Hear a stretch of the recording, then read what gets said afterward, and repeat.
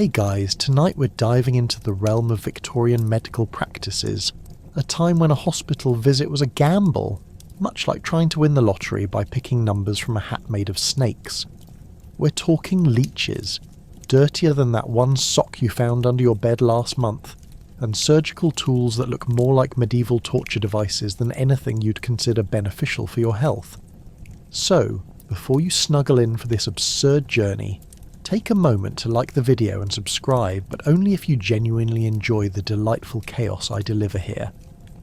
Also, leave a comment about your most questionable medical experience. Let's bond over the fact that we live in a time that doesn't involve bloodletting.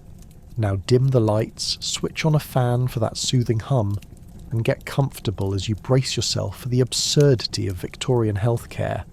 So, have you ever wondered why people in Victorian times seem to think a good cure involved drinking boiled rat testicles? How did they possibly think that washing with a bucket of sludgy water was sufficient for hygiene? What was the deal with the cure-all elixirs that guaranteed everything from a sore throat to a broken heart would magically disappear? Would you survive a single day in a Victorian hospital? Or would you find yourself trading your dignity for a swig of laudanum in the waiting room? Congratulations. You've just woken up in 1850, strapped to a hospital bed where the only thing sterile is the air that's resistant to treatment like you are to common sense. Welcome to the Victorian hospital, where the floor looks like it has seen the aftermath of multiple food fights and maybe a cow stampede. As you stumble in, a nurse glances your way, and you realise a uniform has more stains than an artist's apron. The air smells like antiseptic mixed with a heavy dose of let's hope this isn't contagious. Brace yourself.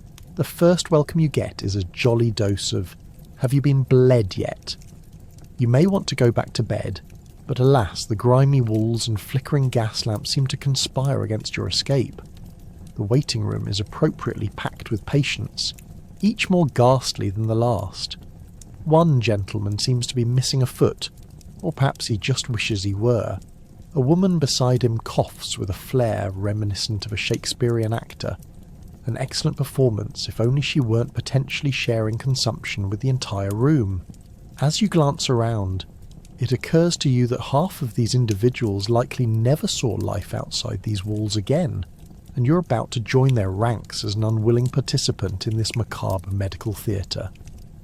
As you wait in nerve-wracking anticipation, a thudding sound echoes through the hall. Is it a doctor arriving with the energy of an excited puppy? No, it's merely the sound of another poor soul being wheeled into surgery, presumably for an experimental procedure involving bloodletting and a novice surgeon with dreams of grandeur. Your heart races. What have you signed up for? A quick procedure or a ticket to the hospital's Hall of Shame? You'd rather have a duel with a giant rat than stay here another minute. Eventually a physician comes bustling into the room, looking as if he'd just stepped off a page from a Victorian novel, or perhaps out of a horror flick. His top hat is slightly askew, and there's a powerful whiff of something that smells like he stepped in a mud puddle on his way to work. Right then, next, he bellows, eyeing you as if you might be a prize-winning cow. Surely they meant you might be the one to sponsor the next medical school lecture in how not to MRI. This is going to be grand. Once you finally get his attention, you come to realise that he's much more interested in asking symptoms than actually listening to you. Describe your ailment in 2 sentences or less, he demands impatiently, as I have leeches to attend to. Your brain scrambles for vocal cords as you stammer out something about an ache or a pain, which, in this context, sounds suspiciously like every complaint ever made in history. Ah, classic, he nods wisely, scribbling down something that looks like it's both illegible and possibly a shopping list. Get comfortable. We may need to attempt to bleed you dry before we can attempt any possible treatments. The excitement in his voice about treatment is startling. You half expect him to pull out a decorative hammer and chisel any moment now. Next, you're ushered into the operating theatre, or what you'd assume was the earlier version of a medieval dungeon. The room is dimly lit, setting the perfect stage for chaos. Patients are lined up post-surgery. Oh, you hope they made it. While ghastly figures donning blood-stained aprons and cheerful grins rush around, slicing and dicing like they are preparing for a macabre banquet. As the doctor approaches with an assortment of rusty tools, you wonder if someone forgot to mention anaesthesia was for dreamers and not doers in the Victorian world.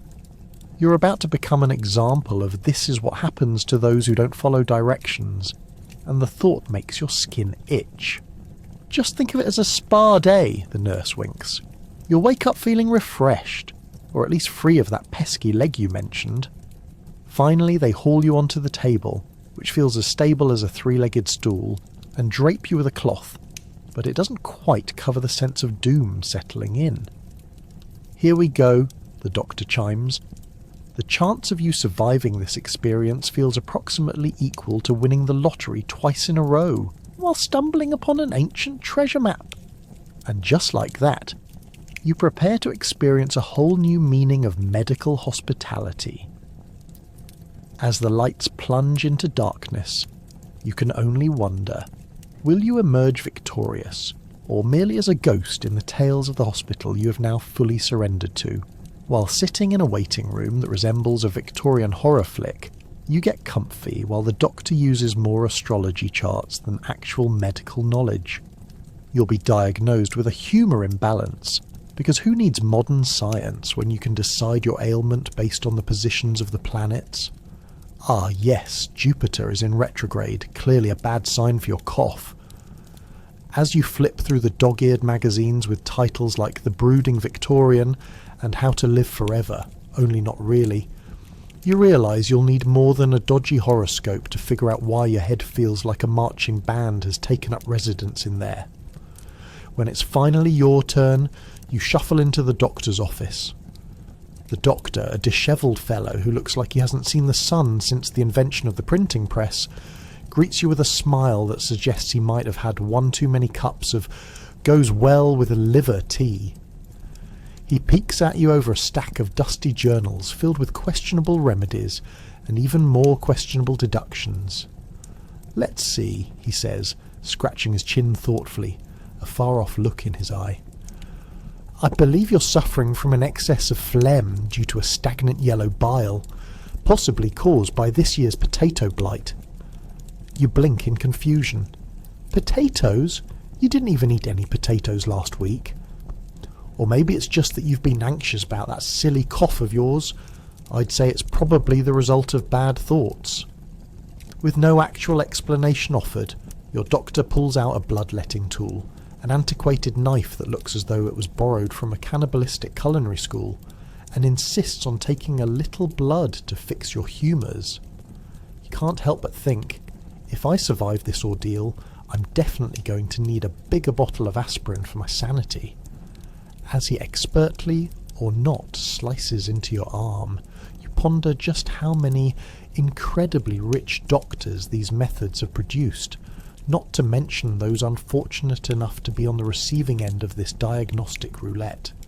Moments later, you're left feeling drained, or perhaps that's the entire point of this endeavour. The doctor hands you a flask of mysterious liquid, the kind of elixir where the label reads cure-all and comes with a heaping dose of scepticism. "Take this," he commands, "and don't worry, it might taste terrible, but I assure you it works wonders if you survive the initiation." As you gulp down the concoction, you reflect on the many shades of absurdity this diagnosis embodies. Good luck deciphering any actual medicine from the mishmash of superstitions. Feeling more like a science experiment than a patient, you saunter back into the waiting area and lament the fact that the only thing rising with your spirits is the probability of witnessing more malarkey. There's the lady next to you, teeth rattling as she coughs, dramatically vowing it's the result of her too frequent visits to that filthy coal mine. And there's the gentleman muttering about his rotten leg as his 2 feet dangle limply over the side of the chair, as if each twinge of discomfort is a glorious reminder of his inevitable demise. With a mix of cosmic uncertainties and frightful diagnoses floating around, your focus soon shifts to the room itself. Dust motes swirl in the flickering gas lamp lighting the grim corridor, and the wallpaper appears to be sweating. Somewhere in the distance a baby cries, a sound that pierces through your thoughts like an uninvited guest at a funeral. The realization hits. This is your lot. To brave a hospital filled with oddities and eccentricities of a bygone era, clinging to the hope that tomorrow's remedy will assure you a return to health, while simultaneously not sending you into a never-ending loop of this Victorian absurdity. As you stare at the doctor's chart filled with what looks like ominous doodles mixed with more than a few laughable conjectures about your condition, you find a glimmer of optimism. Perhaps understanding lies not in curing ailments, but in merely surviving the experience. As you glance at the medical books that line the shelves, their pages yell for attention, as if to say, "We'd like you to join the ranks of the batty medical practice our predecessors called healing." In the fading day, as gaslights flicker to life, you chuckle to yourself. In this world of capes, corn cobs and questionable diagnosis, perhaps the true cure is laughter. You pray some modern-day genius invents a time machine soon, one that'll have you racing back to share your findings with those bewildered future doctors who will surely get a kick out of the eccentricities of the Victorian clinic. Until then, all you can do is hold on tight to that preposterously large tincture bottle and say a silent prayer that the next round of diagnosis comes with a little less drama and a lot more health. Say hello to your first possible treatment, bloodletting, which sounds soothing but is actually more like your friends deciding that a good way to spend a Saturday is by making you bleed for relief. They claim it balances your humours. You're about to learn the hard way that sometimes the magic cure is just a lot of cannibalistic drama slathered in context. As you sit on the rickety hospital bed that creaks beneath the weight of both your anxiety and the year-old dust, the doctor bursts into the room, his eyes glimmering with a fervour reminiscent of someone preparing for an intense game of charades. "Today, we're going to help you," he declares enthusiastically, "and you're just not sure if you should be flattered or terrified." The doctor proceeds to whip out a tool that resembles a cross between a miniature sword and a bird scalper. Because why wouldn't you want your blood drawn with a flair for the dramatic?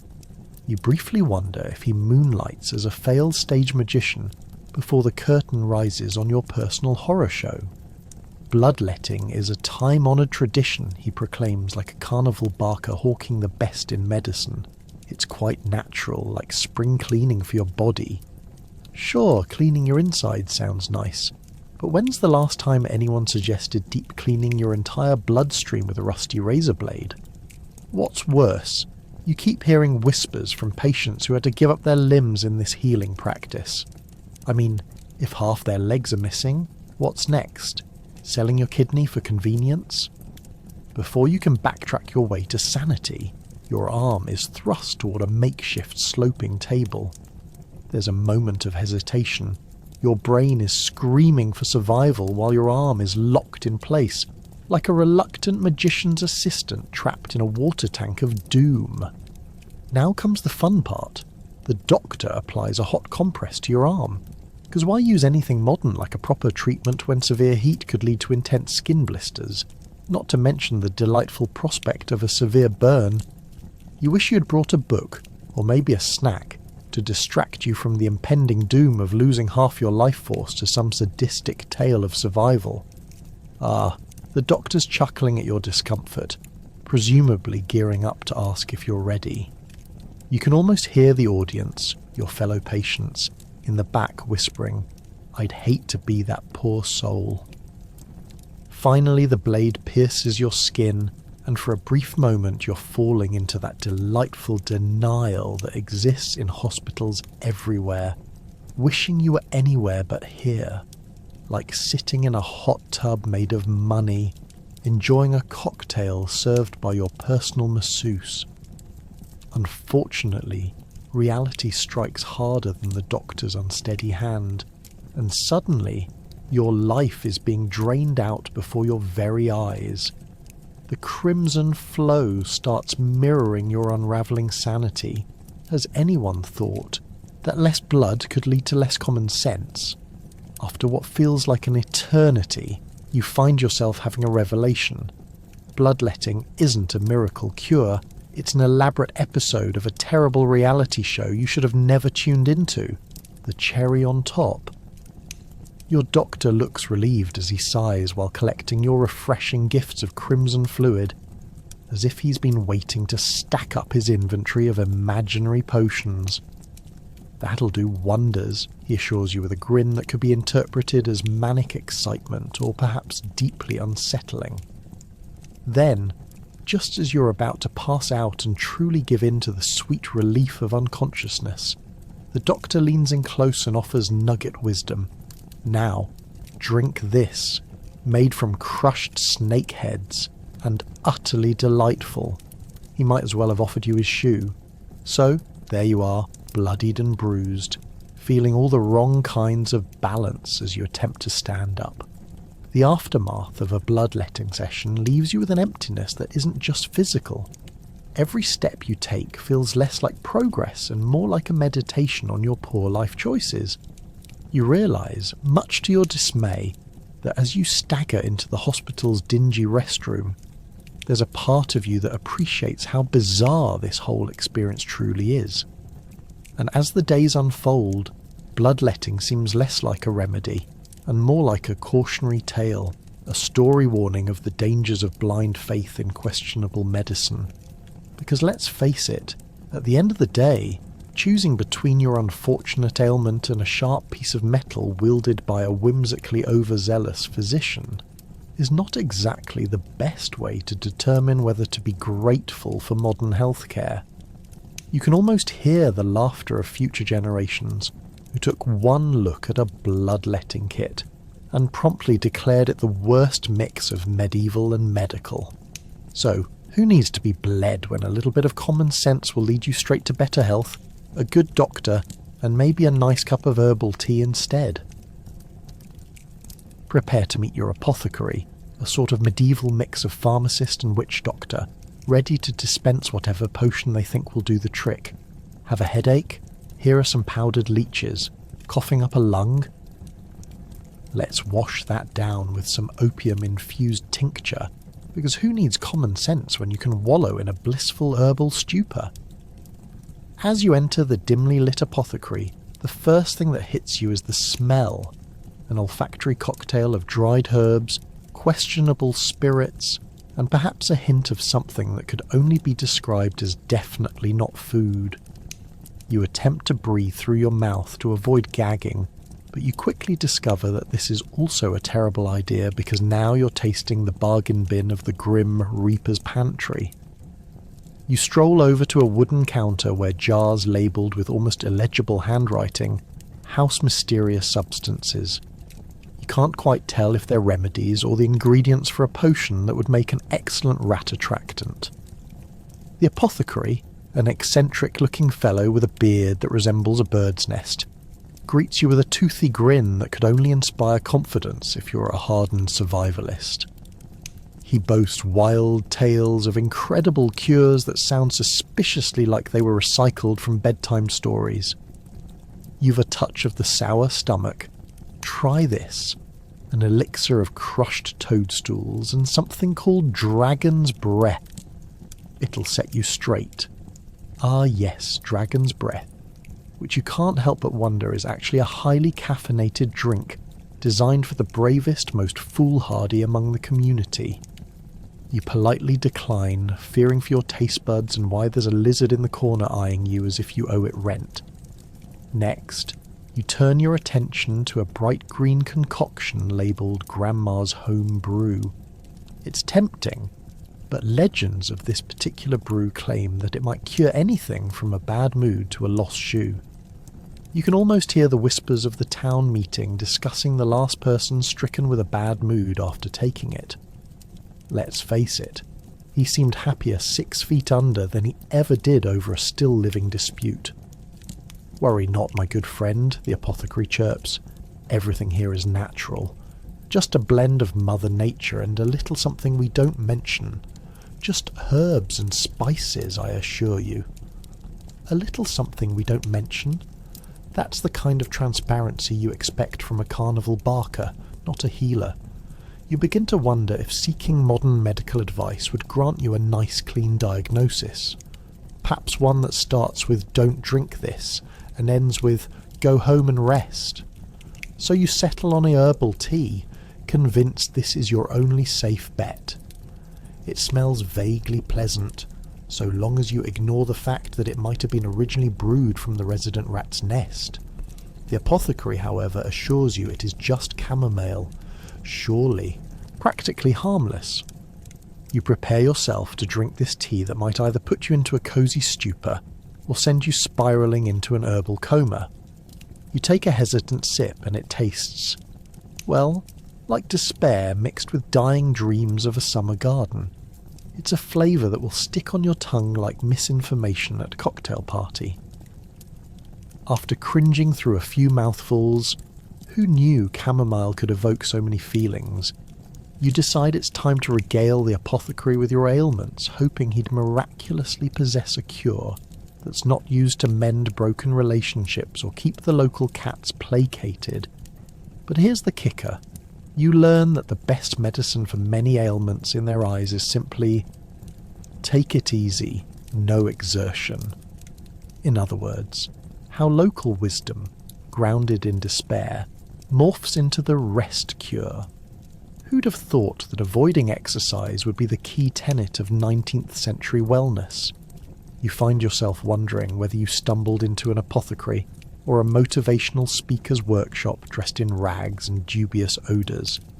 As you leave to return home, you clutched your concoction tightly, both terrified and grateful that the options could have been significantly worse. You can now feel comfortable discussing your delightful experience with a group of friends who thought modern medicine had its quirks, as you reminisce about the time spent dodging leeches and praying that tea wouldn't become your new best friend. In the end, the apothecary's madness and mismatched remedies reveal a bitter truth about the nature of medicine. Sometimes, a vague belief that something will help is just as valuable as the concoction itself. Good luck dodging the wild misconceptions of the past. In comparison, the extravagant simplicity of modern medicine feels more like winning a jackpot than the Russian roulette you just experienced. Surprise! You're not just getting treated, you're getting cut. The surgical tools resemble something you'd find in a butcher's shop with a side of crushed dignity. As they strap you down, the doctor assures you anaesthesia is for folks who can afford to not feel what's about to happen. Welcome to Knife Skills 101. If you're expecting calming music and gentle hands, think again. The air smells like old blood, and you're beginning to question if that giant saw is meant for plank or patient. Let's set the scene. You're lying on a table made of cold, unforgiving metal. It's the kind of surface that makes you ponder how many people have had existential crises right where you are. The surgeon arrives looking as though he lost a bet on a pub crawl, sporting a waistcoat that survived the Great Fire of London and a moustache that would require its own zip code. While you try to maintain eye contact, the array of tools on the nearby cart begins to transform into grotesque artifacts from a horror movie. "This one," he says, picking up what looks shockingly similar to a lawnmower blade, "is for that nasty abscess you've got. We'll just slice you open. It'll be quick." Quick. That's not how you define your last run-in with an auto mechanic, let alone a butcher tasked with your life. Before you can scream, what happened to the gentle touch? They start cleaning the area. With a cloth that probably hasn't seen a wash basin since Oliver Twist took to the streets, they prepare for the ceremonious incision. You wince at the thought of hygiene. If your neighbour's pet rat is still in recovery, this isn't instilling much hope. Remember that promise to please your family if you survive this. They might be sitting outside holding their breath, but you can distinctly hear them wondering aloud if they'll sell your prized collection of stamps on eBay. Who gets the treadmill? Forget it. That hymn will not keep you calm right now. As the surgeon leans a bit too close, his breath whiffing of something that smells suspiciously like last week's cabbage, you realise they're about to slice into you sans any sense of gentility. At this moment, you wish you had a magnifying glass to scrutinise that archaic text from which he's gleaned his esteemed medical knowledge.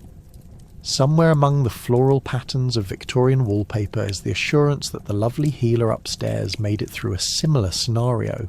Using butter and charm may have helped her avoid butcher's block.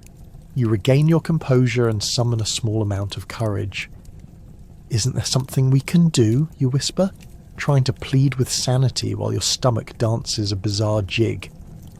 The surgeon shrugs, passing a scalpel between his fingertips as if it were a baton in an opera.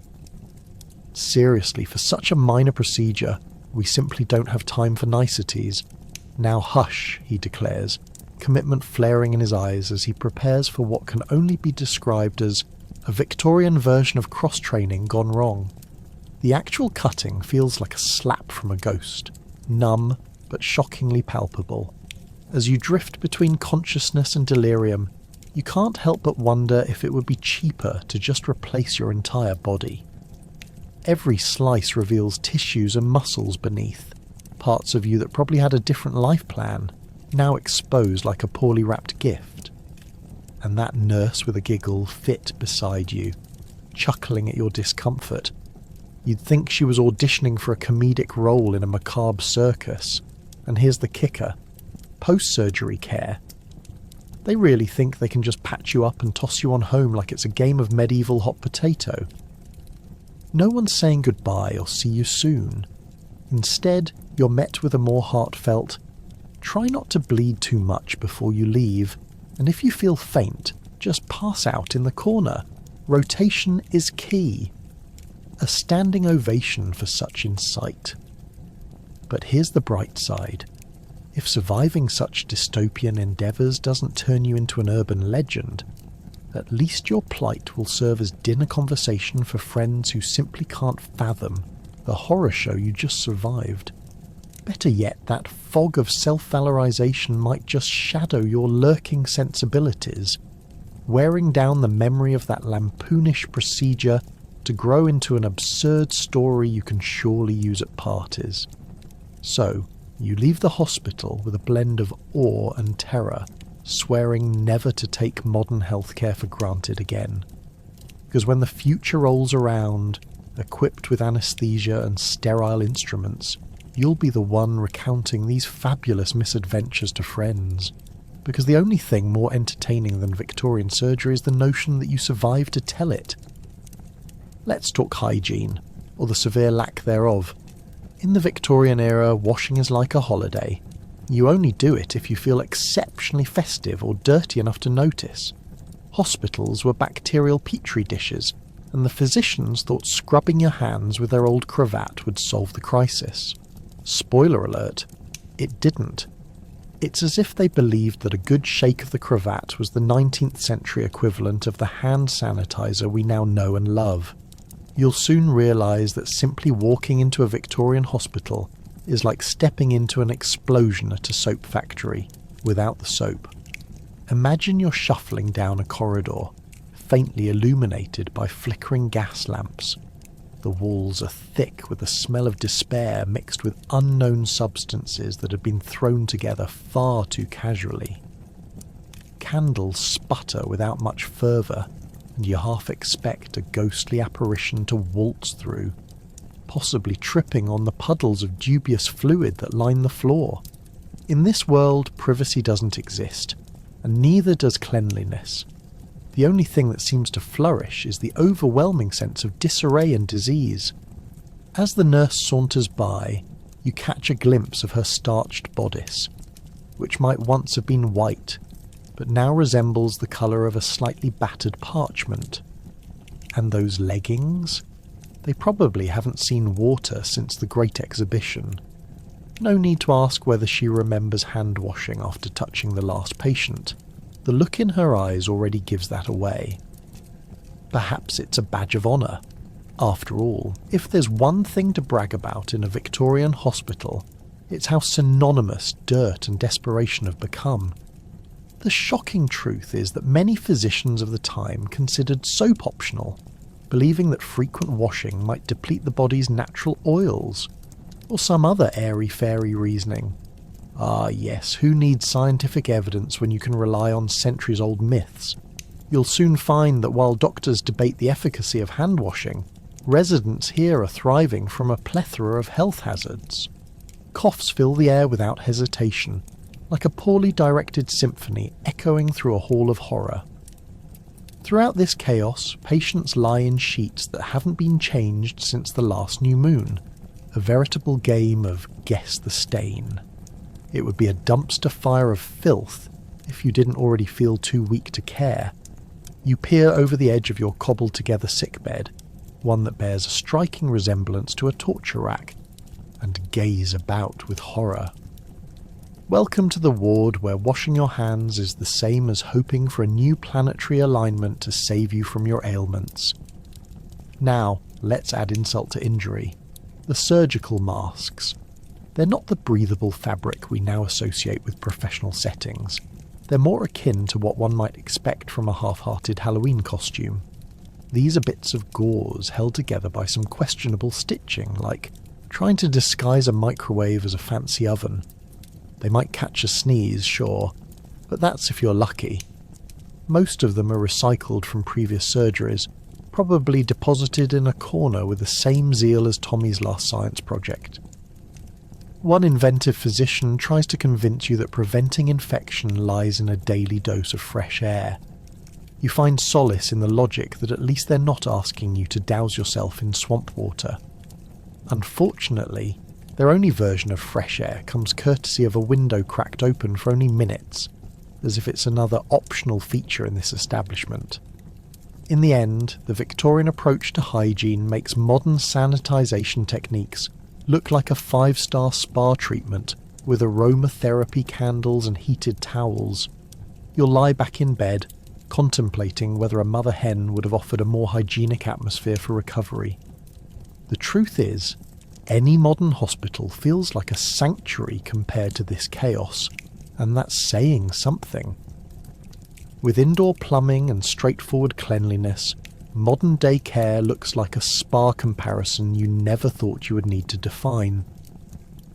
As your mind drifts toward grateful thought, thank heavens for modern conveniences, the ruckus shakes you back to this horror, reminding you that actual recovery cannot commence until you survive your visit. You clutch the damp sheets and pray. This vague fantasy of cleanliness transforms into something real. Because right now, your biggest battle isn't the illness you came with. It's evading the extraordinary filth that is Victorian hygiene. The best part? Tonight, as you drift off to the soothing sounds of your well-sanitised home, you can whisper a quiet thank you to the scientific revolution, modern medicine, and your local hand sanitizer for sparing you from a life that lacked a proper washcloth and left you not just smelly but critically endangered. Good night, dear friend. You've survived today's romp through history. Now, let's keep it that way. Wandering into the hospital's herb cabinet feels like stepping into a mystic apothecary. This one cures everything from bad vibes to the plague, the nurse insists. You're half convinced that the indigenous mice would make better herbalists. Just grabbing a handful might get you home faster than waiting for an actual diagnosis. As you survey the cramped shelves, your eyes widen at the bizarre tinctures and decrepit jars labelled in handwriting that looks like an ancient spellbook. Saffron? Terrifying. Old dried plant parts? Even more sinister. Welcome to the Victorian pharmacy, where everything is an experiment and no one seems to care about precise measurements. You notice a large jar filled with something that looks suspiciously like dried frog legs. The nurse notices your hesitation and enthusiastically assures you that it's just a remedy for female troubles. You blink slowly, wondering how that tiny amphibian is supposed to cure what feels like an entire battalion of medieval misfortunes marching through your body. Just add water and chant the appropriate incantation, she continues, completely deadpan. You almost wish you had the ghost of Shakespeare nearby to compose a sonnet in honour of this herbal nonsense. Moving along, you find a dusty bottle marked Wormwood. There's a real sense of foreboding here. Wormwood? Really? This sounds like the potion of choice for witches and questionable fairy tale characters, rather than a viable medicinal treatment. The nurse catches your eye and says, "Great for, sorting out digestive troubles." Digestive troubles? You can't help but think, do worms get a vote too? You can practically hear your intestines laughing in nervous anticipation. Next, you spot a mysterious box labelled Nature's Cure, Free Your Humours. You pause, wondering if that means they're actually selling the spirits of deceased folks for a dime. The label promises relief from everything from indecision to a sprained ankle. You can't help but wonder how they plan to measure the effectiveness of a humour. Perhaps there's an unqualified clown lurking in the front waiting to release them with a well-placed honk. Laughter triggers the kind of existential dread that feels particularly Victorian, as you imagine these alchemical lunatics debating the benefits of rebranded humour as balanced health. As you meander deeper into this shrine of absurdity, a large jar labelled Frog Essence catches your eye. You raise an eyebrow at the label. Just the word essence makes it sound like it's more suited for a fancy boutique than an ailment remedy. Is this a solid cure for warts, or just juvenile theatrics packaged to market as profound wisdom? The nurse chimes in, "Very trendy, you can add it to your tea." Tea? You almost choke on your disbelief. The very idea of sipping frog juice seems like a recipe for meltdowns rather than miracle cures. Then you find a slender bottle containing elixir of life, which honestly sounds like a shady bar's attempt at a cocktail rather than anything medically beneficial. The label is torn and faded, begging the question of how long this mysterious brew has been sitting around collecting dust, giving you a small sense of foreboding. Rummaging through the herbs, you discover something dubbed fairy dust, a name more fitting for a children's cartoon than a hospital remedy. You can't help but question, did they sprinkle that in to ward off any common sense that might have shown up? Every new herb reveals the reality that the laws of herbalism in the Victorian era are as malleable as the claims made for their efficacy. For these doctors, healing is like a toss-up between fate, chance, and just a dash of recklessness. One cannot help but think if their legitimacy is as strong as the scent of their concoctions, which leaves much to be desired. Finally, the piece de résistance. A grimy jar claiming to contain miracle salve, inspired by what seems like 100 generations of slathering discarded ingredients into a sticky mess. Slapping some mud on your wounds in hopes of healing might be just as effective, while also saving your taste buds from coming in contact with whatever this makeshift potion may be. With each jar you encounter, the absurdity of Victorian medicine lingers in the air, a heavy blend of surreal mischief and dubious hope.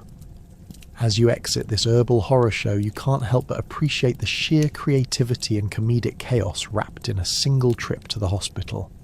It's almost charming in its ludicrousness, which gives you just enough warmth to grin as you cautiously consider your next visit, or maybe just a good old-fashioned murky swamp for medicinal power instead.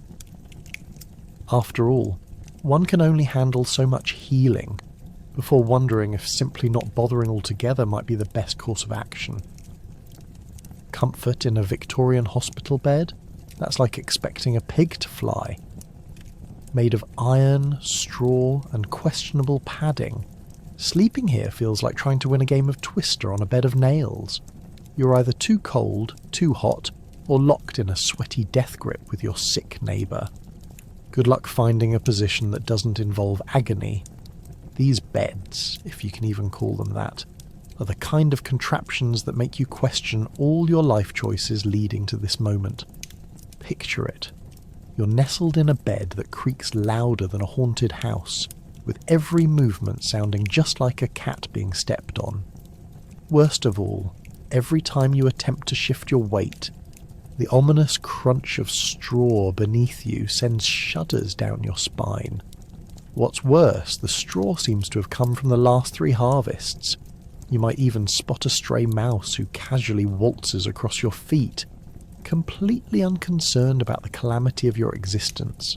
And what's with the blankets? They're more like medieval torture devices than comfort. The scratchy wool has somehow transformed into a thick layer of misery, imbued with the distinct aroma of perpetual dampness and possibly a hint of regret. Every time you try to snuggle deeper, you realise that you've just committed to becoming part of the upholstery. Who knew a blanket could be so clingy? It's like that over-enthusiastic relative who hugs too tightly at family gatherings, except this one makes you question your very will to live. In your feverish attempts to find relief, every groan from your neighbours becomes a competitive sport, an unspoken challenge to see who can endure the most while still managing to emit the most theatrical moans. Forget about iPads. These rooms are filled with all the action you need. Who knew that the talent show from hospital beds would be the real entertainment? Medics might as well take notes for Shakespeare's next play. As you lay there, you can't help but overhear the sometimes theatrical discussions between the doctors and nurses drifting by your room. "Ah, yes, Mr. Snodgrass. Your cough could very well be from the consumption," says Dr. Hightower, his expression a complex mix of melodrama and seriousness. Or perhaps it's simply the aftermath of last winter's cabbage soup. You'd think what he said had come straight from the script of a soap opera, with medical staff toning it down just a notch from pure drama. Meanwhile, you're cringing at the thought of dying from cabbage soup rather than a noble ailment like typhus or smallpox. Every now and then the nurse pops her head in, armed with a clipboard and a sceptical eyebrow. "How are we feeling today?" she asks, more out of habit than genuine concern. You blink back your suffering and mumble something that sounds like "fine," half aware that the truth involves slumped shoulders and an imaginary tug-of-war over who had the worst night with the comfort-stricken bed. The nurse jots down notes that make her frown a little deeper. It's a vicious cycle. The more miserable you are, the more concerned they seem, yet no one offers a bed less fraught with betrayal. Don't even get me started on the far-off whispers of visitors.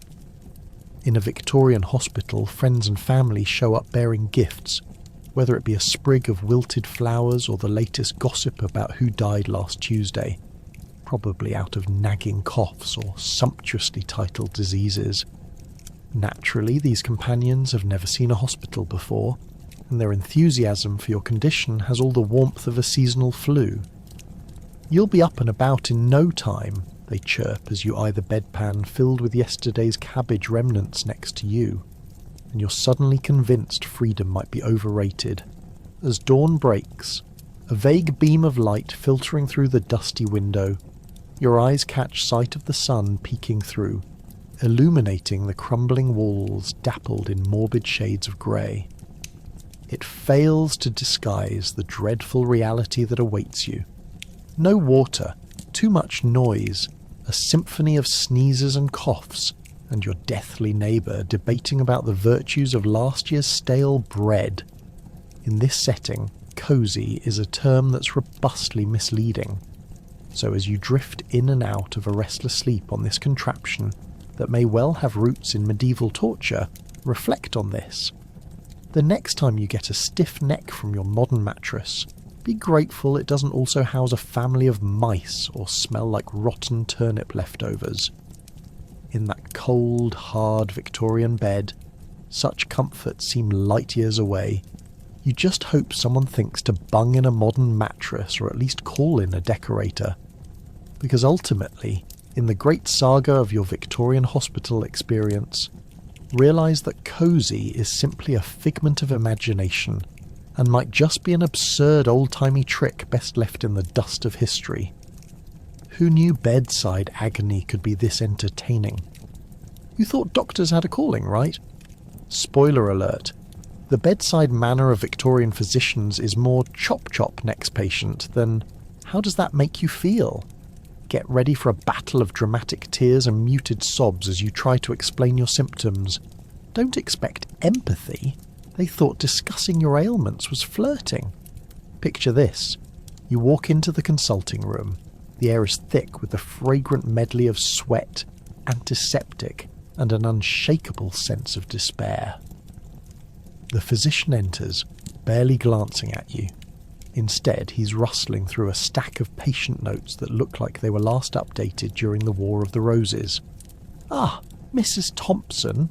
The doctor squints at you like you're an undisciplined pupil caught chewing gum. He barely stops to ask how you are, opting instead for a game of, let's see how quickly I can identify your illness while staring at my shoes. You start to describe that persistent cough, but before you can finish your sentence, he interrupts you with an impressive display of indifference. Right, it's clearly tuberculosis. Next. You might as well have been trying to report a lost cat. The apathy's palpable. It's as if he believes that your suffering is merely an inconvenience to his busy schedule of dealing with more urgent matters, like that awful rash on his own arm he keeps scratching. After all, the man's worth his weight in leeches, and who can afford the luxury of caring? Now, in this fine establishment of healing, your ailments are sort of like the modern art pieces in a gallery. Subjective, weird, and lost on the physician who's wielding a hair-trigger ego instead of empathy. A headache, you say? Have you considered that your body is simply too full of ideas, he often muses, leaning back in a way that suggests he believes himself as much a philosopher as he is a healer. Conversations are concise, bordering on curt, as you try to articulate that pain radiating outwards from your lower belly, possibly the result of that questionable cheese you thought it might be wise to eat. The physician grunts thoughtfully. "Let's see about that," he replies, rummaging through dusty bottles labelled with cryptic abbreviations for remedies that may or may not exist. In the rare moment that a physician hints at caring, it's often drowned out by the sound of his quill scratching anything but your name on a piece of parchment. "Right, I'll write you a prescription for whatever poorly brewed potion they think might keep you alive for another week." You leave, clutching a piece of paper that reads like a witch's shopping list. 3 ounces of snake oil, a dash of elderberry, and a sprig of despair. Ah, despair. You'll recognise that one when you return to luxurious healthcare. It clings to every corner of the hospital room, an all too frequent confidant among patients lying on beds of straw, unsure whether they're going to pull through or indeed enter the land of the living dead, and going home with a bottle of rancid elixir. At least it doubles as an air freshener. Patients often feel more like lab rats in an experiment than human beings, mostly because your doctor has a schedule to keep, and there's nothing like real human interaction to slow one down. You share a room with a toothless old man who keeps asking if his feet are supposed to look that colour. "Yes, doctor," he says, "my feet are signal fuchsia." You find yourself giggling nervously while the doctor nods absent-mindedly, more focused on the fine leather of his shoes than the liveliness of his patients. And should you be lucky enough to have your doctor peer into your eyes before prescribing what he believes will save you, don't expect tenderness. It's more of a cold evaluation, as if he's inspecting a particularly ugly piece of fruit. "Well, you're still alive. We might be able to manage with a few changes," he says dispassionately, while writing you up for a regimen that resembles a medieval penance more than effective treatment. Thus concludes your lovely visit to the Victorian hospital. No emotional support in sight. After all, there are more important matters at play here, like the latest gossip in the local newspaper about an upcoming ball, which certainly takes precedence over your impending doom. But do not despair. At least you get a lovely parting gift. A head full of uncertainty, a sense of survival akin to winning the lottery, along with a hefty bill for services rendered that honestly feels more like an indictment than an invoice. Ah yes, Victorian bedside manner, where sympathy is extra, and all you get for free is a hard lesson in brutality.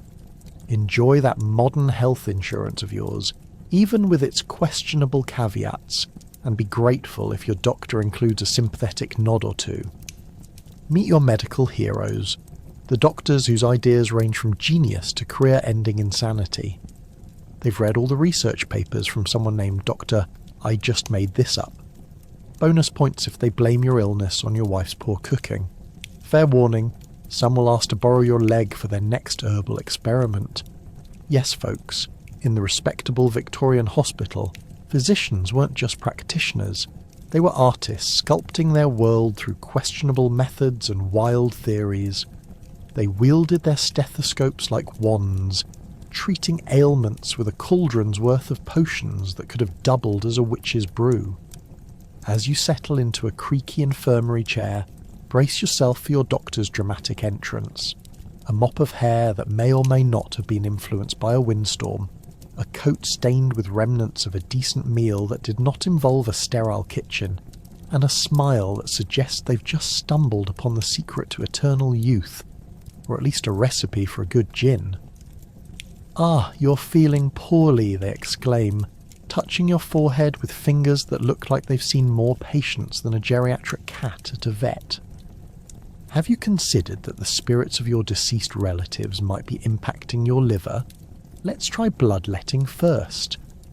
Yes, that's the victorious diagnostic tool of choice, armed with nothing but a dull blade and a healthy respect for the unknown. You lie there wondering if this is truly how your life will end, by an artist who may just have flunked out of herbal school. "We'll balance those excessive humours," the doctor cackles, already sharpening the blade. One moment you're pondering the meaning of life, and the next you're signed up for a fashionable rendezvous with your own blood. And just when you thought you'd get a moment to recover, your healthcare professional spins around to check on their supply of leeches. Yes, leeches, the real stars of the show. Forget Alex Trebek.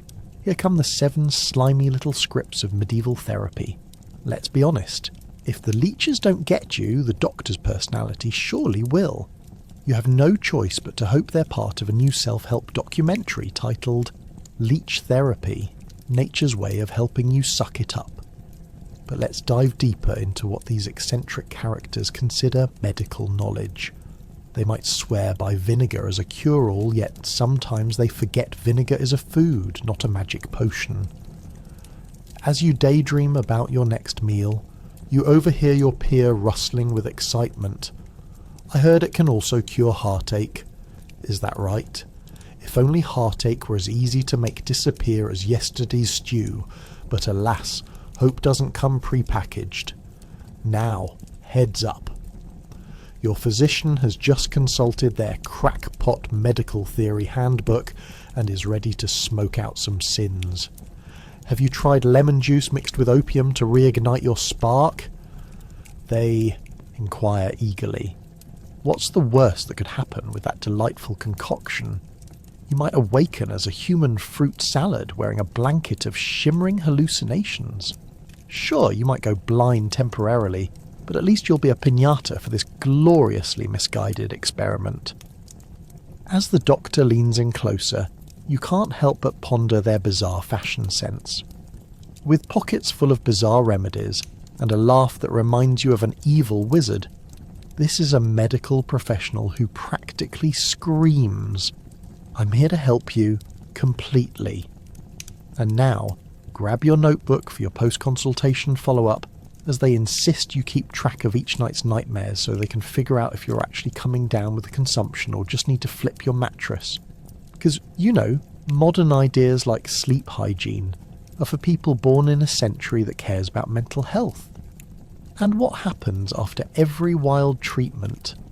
You might find yourself tangled up in a colourful web of moody patients rehearsing their best Vicks Vapor Rub impressions, creating a world where empathy is the enemy.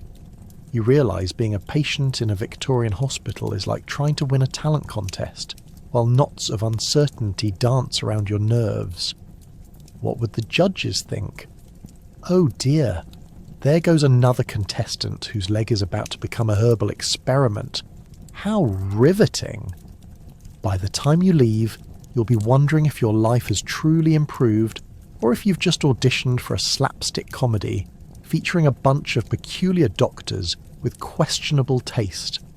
With every medical misadventure tattooed onto your soul, you're left to wonder, could you survive another visit? You realise it's not just your ailments you're navigating. It's a world where healthcare transforms into a theatrical, surreal, eccentric tale that would leave even the most avant-garde playwrights wondering if they've raised the bar too high for plausible fiction. So, as you tuck yourself into bed tonight, contemplate this. At least you're sleeping in a real bed and not in the middle of an operating theatre, surrounded by doctors who willingly strap your leg to a chair to test out the latest concoction of herbal nonsense that's supposedly derived from recipes straight out of a fairy tale. Sit back and marvel at the aristocrats and their feigned ailments. Their delicate constitutions can't handle a sneeze without fainting. Meanwhile, you're negotiating the health of entire herds while trying to avoid rolling your eyes into the next century. Why let poverty get in the way of good manners, right? The Victorian elite strolled into hospitals like they were attending a soiree, adorned in lace and silk as if their attire could outshine their list of woes. You half expect them to be escorted in by footmen, clutching a fan while composing themselves like they've just discovered an offensive smell at the royal banquet. But here's the kicker. Imagine a woman clutching her throat surrounded by a flock of servants anxiously watching for the next drama to unfold. "Oh, if it isn't La Grippe, fetch me my tincture of rare grass from the Himalayas," she exclaims, as though just the mention of the ailment could cure it, or at least make her feel seen. Yes, it's all very tragic, yet while her entourage fusses over her like she's the last princess at a ball, you're sitting 2 beds away with a dislocated elbow, wondering when exactly things shifted so dramatically from your charming medieval failings to this high drama. You can't help but ponder, is sickness a luxury? The kind of thing easily suffered when a servant is on standby to fetch the miracle syrup, made from the tears of 1,000 virgins. As you navigate your surroundings, elegant women in luxurious nightgowns chat about what they'll wear at tonight's gathering, all while you calculate how many more leeches may be necessary for your expected large minor surgery. They ignore the heavy scent of sweat and damp linen that permeate the room. Their sense of relief looks more like delirium as they sip on carbonated soda, brought in fresh from the genius apothecary down the lane. Oh, and you've got to love their remedies. While you're prescribed something that resembles swamp sludge mixed with the last remains of last week's damp bread, they're being treated to a homeopathic mix that probably cost their entire annual salary. You know, the one meticulously crafted from the petals of wilting roses and some spices that haven't even been discovered yet. Just one whiff, and you're convinced they could end world hunger with mere concoctions where pricey citrus is sprinkled like confetti, but sadly only in their world. And speaking of noble efforts to regain health, let's not forget the grand production surrounding hospital visits for the elite. Every visit appears pre-orchestration, with silence turned up to a dramatic flourish each time someone enters. Socialites roll through each ward as if on a catwalk, eliciting whispers about their latest maladies and the possible impact of those grievances on their social calendars. Will Lady Smith have to forgo tea at noon if that throat tickle becomes full-blown laryngitis? You can almost envision them. Headlines: champion of coughs takes to bed. Society holds their breath. But as their melodramatic stories unfold, here you are, hovering between envy and disbelief. You've been waiting for what seems like an eternity to see a doctor, not to be coddled, but to be released back into the wilds of your life beyond these 4 disgraceful walls. Each noble patient's dramatic flair magnifies the absurdity of your own condition. They serve as a living reminder of the stark contrast between the struggles of the affluent and the daily grind of the less fortunate, where misfortune isn't a gentle handrail to lean on, but rather a push into a muddy pit. As the laughter of the well-off echoes in the cold, sterile air, you can't help but feel a twinge of resentment. If only there were a way to channel those petty grievances into something powerful, say, a play titled Pain of the Pinky Finger, a study in class disparity. Perhaps there's money in that? Living in such a zany world where one's social status decides who receives comfort and who is left to wrangle their broken bones while waiting for some pitying gaze. In the end, while the nobles indulge their whims and shuffle around in their aeraholics, you remain rooted in the unglamorous reality of a hospital stay. It's a swirl of questionable tinctures, a cacophony of plastered plaster-cast bandages, and even now, an understanding. For better or worse, the pain is universal, even if the essence of suffering takes on a different hue in the lap of luxury. And as you slowly fade in and out of awareness, you're reminded that no matter how noble or neglected you feel, there is one common outcome. We're all playing a part in this farcical theatre of life and health. Just be sure not to faint too dramatically. They might just mistake you for royalty. Waiting rooms are where time ceases to exist. With the clock seemingly mocking your pain, you have time to ponder existential crises, guilt over your advancing illness, or the questionable choices that led you here. It's like being trapped in a Kafka novel, complete with a piano tuner who thinks he can cure your fever with a tuneful ballad. The awkward shuffle of foot traffic blends with the faint echo of your desperation, creating a symphony of suffering that might as well be performed by a discordant orchestra of phantom melodies. As you observe the other patients, each face tells a story of woe etched in anguish. The elderly man nervously clutching his throat, a woman knitting who appears just as likely to unravel as her stitches, and the teenager who looks like he'd rather wrestle a bear than sit in this purgatory. Suddenly, the clock chimes a double ring, and your heart races as you calculate how long you've been trapped inside this limbo of undesirable emotions. How many episodes of How to Clean Your Toe Fungus have you sat through? You spot the poster titled Common Medical Myths in the corner, but the delicate scrawl of chalk is anything but reassuring. How long should a cough last, you wonder, noticing the factual absurdity of claiming that symptoms should last longer than your patients. Meanwhile, the receptionist occupies herself with boring administrative tasks, which seem less than fulfilling. Will she offer you a potent potion mixed with pure negligence during your appointment, or is it simply better to hurl your name into the void of forgotten patients, destined to become chart entries? You start doubting if your life was just a poorly scripted play unfolding in the most uninspiring theatre imaginable. Suddenly the nurse calls for a patient whose name sounds like it would fit in a Shakespearean play. You can't help but amuse yourself with the imagery of that poor soul being whisked away to the herbalist's backyard for a back-alley exorcism. The sounds of footsteps fade into the distance as you're left contemplating the existential dread of medical waiting in the 19th century. The familiar aroma of expired eucalyptus oil hangs heavy in the air, sweet and musty, like the ghost of a forgotten hope. You briefly fantasize about how modern medicine would rescue you from this delay of despair. The waiting game takes another twist as you overhear hushed whispers from two middle-aged women sharing gossip about a mysterious ailment called consumption. You chuckle inwardly. While it sounds like a scruffy band of pirates, it's merely tuberculosis. Yet this medieval term had you picturing a dramatic pirate ship sailing the high seas, with the crew coughing up pearls. How can such a serious condition be giggle-worthy? But here you are, soaking in your imagination while your own throat feels like it's auditioning for the lead role in a gripping melodrama. Meanwhile, you catch the eye of a 4-year-old child whose spirit seems remarkably unaffected by the darkness surrounding you. She is busy scribbling away in a colouring book with the fervour of a budding Picasso.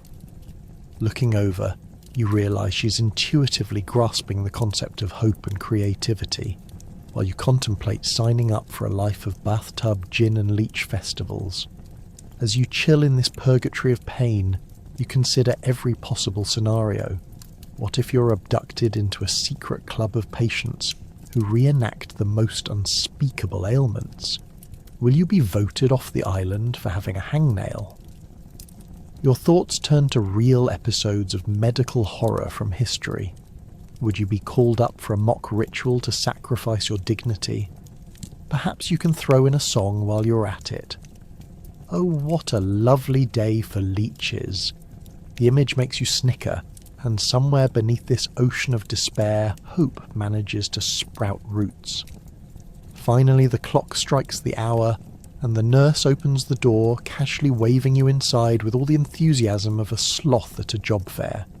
This is it. Past the curtain of the unknown, past the walls that have absorbed the cries of desperation. You stand there in a daze, a paper-thin gown ready to embrace your fate as you plunge into the next chapter of this medical comedy of errors. So here's to waiting rooms, where time seems to stretch like the imagination and pain mingles with absurdity as you prepare to face the elusiveness of Victorian treatment with a laugh, or perhaps a cry. But luck is rarely on your side when your next fate lies with questionable practices and a doctor whose greatest ambition may just be signing off on a life poorly lived. You may have come in for a minor issue, but every poke with an unsterilised tool now opens the door for tetanus and gangrene to throw the world's worst party in your bloodstream. Welcome to the land of infections where round-the-clock fever can be fashionable, right up there with why you need to take your medicine. You're not just another patient. You're the main attraction at what can only be called the night of the living bedridden. Your body is no longer just an organism. It's a petri dish stacked high with questionable medical choices and the rancid nachos of ancient remedies. Picture it. There's a dingy hospital bed. The sheets, let's be real, probably last changed during the last lunar eclipse, and your nearby roommate is sweating profusely, mumbling about the demons in his leg. As if in response, your own leg starts to ache, and you're left feeling a little like you're trapped in a horror film, primed for a jump scare. Just when you thought your only problem was that nasty cough, now it's your immune system rolling the dice with every shake, rattle and moan of discomfort. The nurses, well, they glide in like a ragtag reality TV cast throwing around empty platitudes like, "Just take it easy, dear," and "It'll pass." Spoiler alert, this struggle isn't going away, and you're about to discover the joys of a hospital cuisine, if you can even call it that. I mean, you heard gruel was on the menu, but the last time you had anything like it, it was when you accidentally took expired oatmeal and tried to revitalise it with a splash of hope. Aid, in your case, looks more like a lump of something vaguely resembling mashed potatoes, swimming in a sauce that would make a raccoon refuse it. Enjoy. When not grappling with your plate of despair, you're likely suffocating in the dread of dreaded diagnoses flying around like red flags at a bull race. An intern stumbles in with chirpy enthusiasm, a deadly combination for anyone facing the weight of what might become an infection. "Let's have a good look," they say, prodding your wound with the glee of someone watching a reality show crank up the drama. Each nudge sends waves of caution through the air, and suddenly you wonder if all your life choices have been leading to this moment of unscientific masochism. And you thought an infection was just a case of germs throwing diabolical raves? No, it morphs into the clinical equivalent of a bad sitcom, replete with the cast of supporting characters that has you rolling your eyes into another dimension. Let's take a sample. Cue the needle. You're about to regain a newfound respect for the phrase, "stay still," as they attempt to extract enough of your bodily fluids to fill a child-sized pool. By the time they're done, you're half considering renaming your infection Tina, and offering introductions to the other patients in your room. You, on the other hand, you reserve your own witty retorts for the Grim Reaper. Eventually the doctor strolls in, playing the role of the reluctant murderer in this theatrical mess, wielding the diagnosis like a dramatic reveal. The words sepsis and antibiotics echo around you, like you're stuck in an episode of an especially morose soap opera. Spoilers. Things are about to get complicated. It's a twisted romance gone awry. Antibiotic versus infection at the old Victorian hospital. Winner gets to determine whether you live to tell the tale or join the legions of those famously forgotten alongside expired potpourri. But as the medication kicks in, and you're treated to the mind-numbing rotation of nurses offering you gelatinous cups of "you'll be fine," and lukewarm liquids filtered through a screen of apathy, all becomes bearable. Oh, the irony! Things begin to look up once you're lavished with attention and incessant monitoring, paired with a slate of unpleasant side effects that seem determined to match your original illness. Perhaps this is what they mean by recovery. So there you are, teetering on the edge of will they, won't they, with your health, while transforming into an unwitting star of the Victorian medical disaster show. And as you languish in this fever dream soapy episode, accept that you're now embracing the chaos of infection. Forget reality. You're on a uniquely human journey where the absurd reigns supreme, reminding us that while we might be victims of circumstances, perhaps we can become remarkable in our battles against the ridiculous past plumbing. Now, how do you feel about ordering takeout? Welcome to the world of Victorian hospitals, folks. Buckle up, it's a bizarre ride.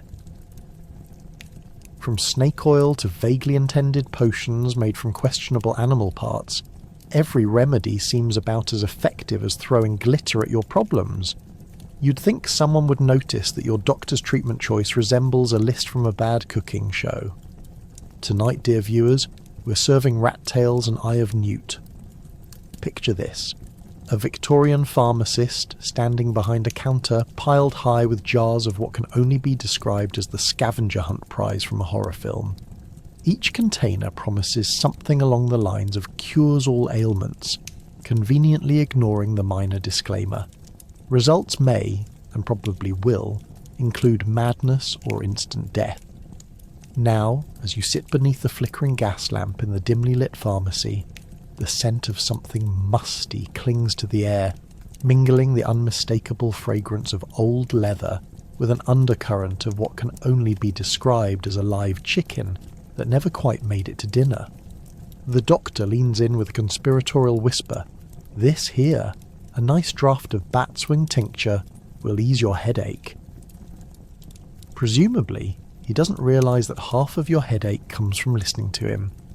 You can't help but think that any remedy involving parts of nocturnal animals probably requires its own set of waivers and a solid risk assessment. As if the entire premise needed to be more absurd, let's talk about the popular primal pheromones of magical elixirs sold at local markets.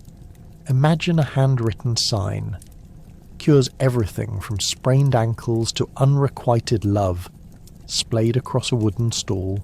Vendors pitch these miracles with the same enthusiasm as a snake oil salesman, every promise dangling like a piñata full of hope and desperation. If you're lucky, you might just stumble upon a gleaming bottle labelled Recovery Elixir.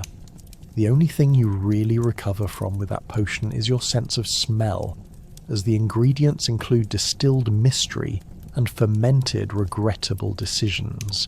And speaking of fermented, let's take a moment to appreciate alcohol's role in recovery. Thank goodness for good old whiskey.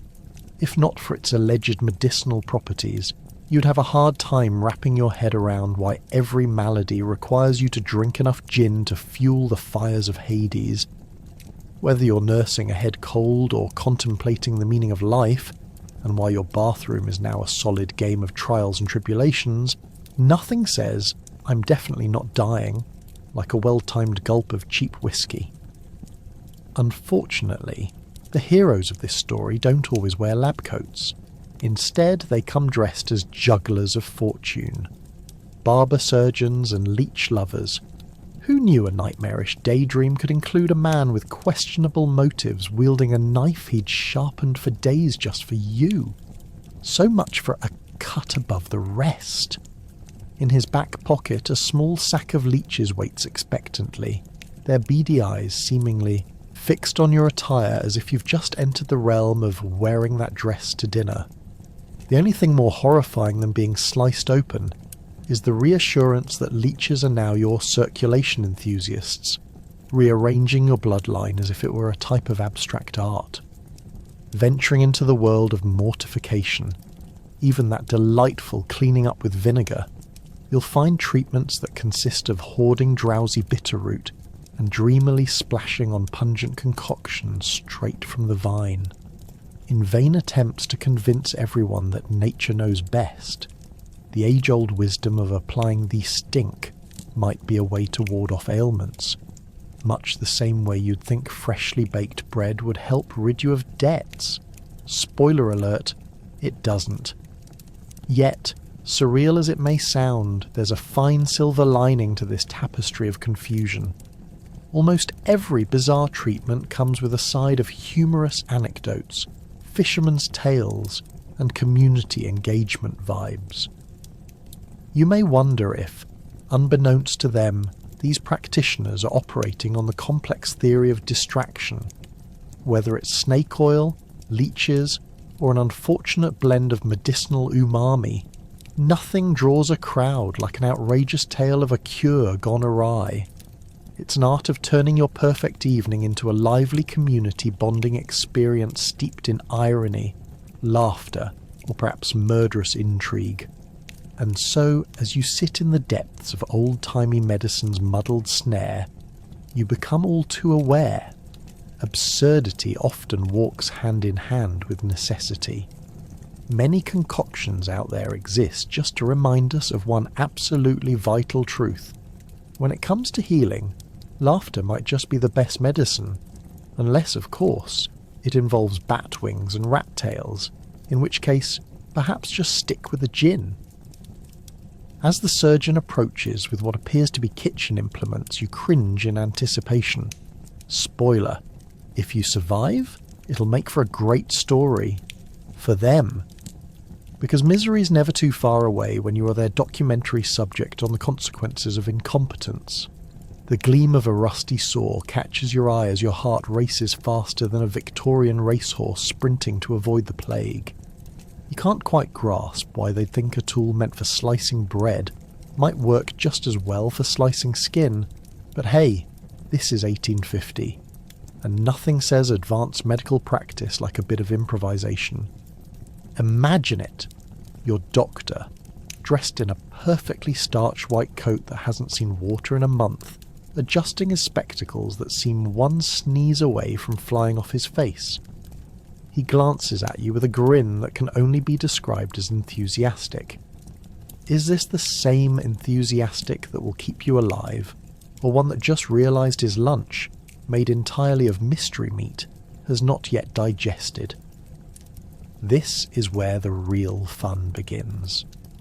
Just a small incision, he assures you, gently brandishing an oddly shaped tool that looks suspiciously like it came straight from a medieval dungeon. Yep, that's his small version of a scalpel. As he prepares his array of tools, most of which you'd expect to find in an abandoned farmhouse, the nurse wipes her hands on her apron, and you catch a whiff of something that smells faintly of both antiseptic and yesterday's tea party. She's more interested in maintaining your mystery than her own hygiene, and that's good enough for you because at this point, you just want the slow drumming in your chest to quiet down. However, who needs relaxation when the good doctor starts explaining the process? First, he says, we'll sedate you, but don't expect to be actually unconscious. Ah, great. Nothing quite like half an anaesthesia to really make a surgical experience special. As they start to cut, it feels as if they're performing a sword dance. Awkward, a tad horrifying, and with far too much patriotism for the wrong century. And just as you brace for impact, the doctor makes that first incision. The pain is unlike anything you've ever experienced. It feels as though you're an ancient temple and the surgeon is a misguided archaeologist, digging unwittingly for buried treasure that's not in anyone's best interest. With every slice, you're debating if you'd rather go through this or possibly be a Victorian madman locked away in a dark tower. Disgustingly, it's a toss-up. With each pull of the tools, you question every life decision that brought you to this moment. Could you have avoided the hospital? Perhaps if only you'd tried balancing on one leg while juggling woolly mammoth bones, it would have been less painful.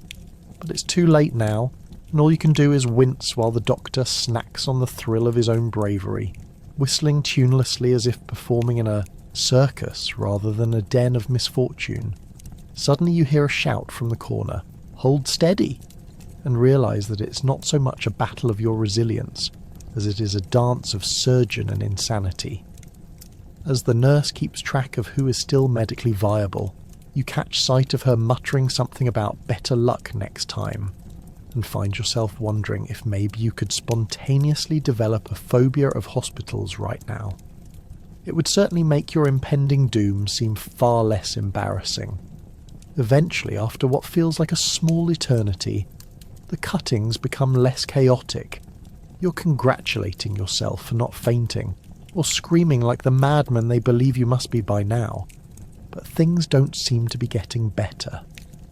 The soothing sounds of the surgeon's tools in rhythmic harmony with your increasingly frantic heartbeat combine into a cacophony of desperation.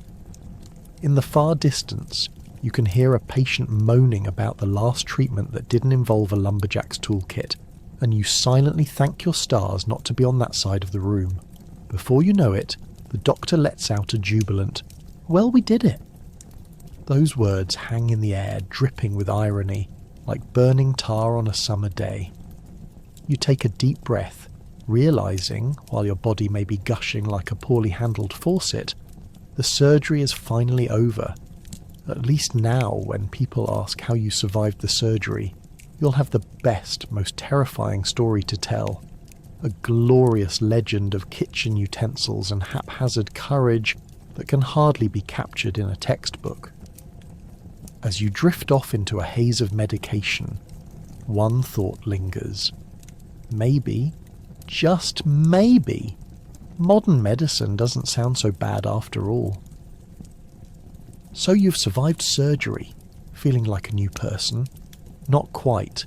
Check out the recovery room where patients convalesce in beds made of your unwashed nightmares. Prepare to bargain for your medicine like you're dealing with a back alley vendor, while your body fights the remnants of surgical horror. The recovery room is swathed in an atmosphere so thick with gloom that even beleaguered ghosts would shake their heads in disappointment. You're not alone. You've become part of a colourful cast of characters, all united by their tragic outcomes. Welcome to the medical theatre, where the performance is less about healing and more akin to a tragicomedy with unexpected outcomes.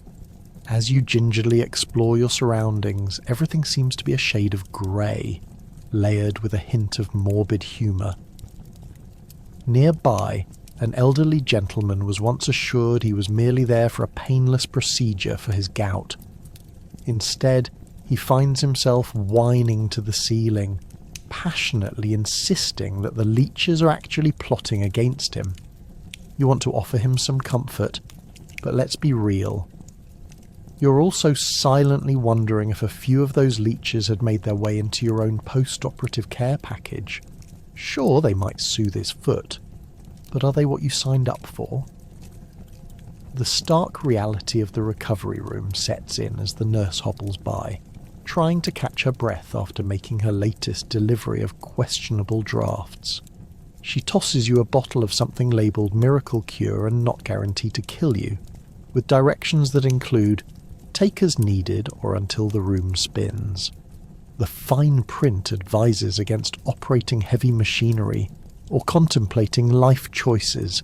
If only you had brought a good luck charm or a rabbit's foot. Though, honestly, that feels too cleanly optimistic for this establishment.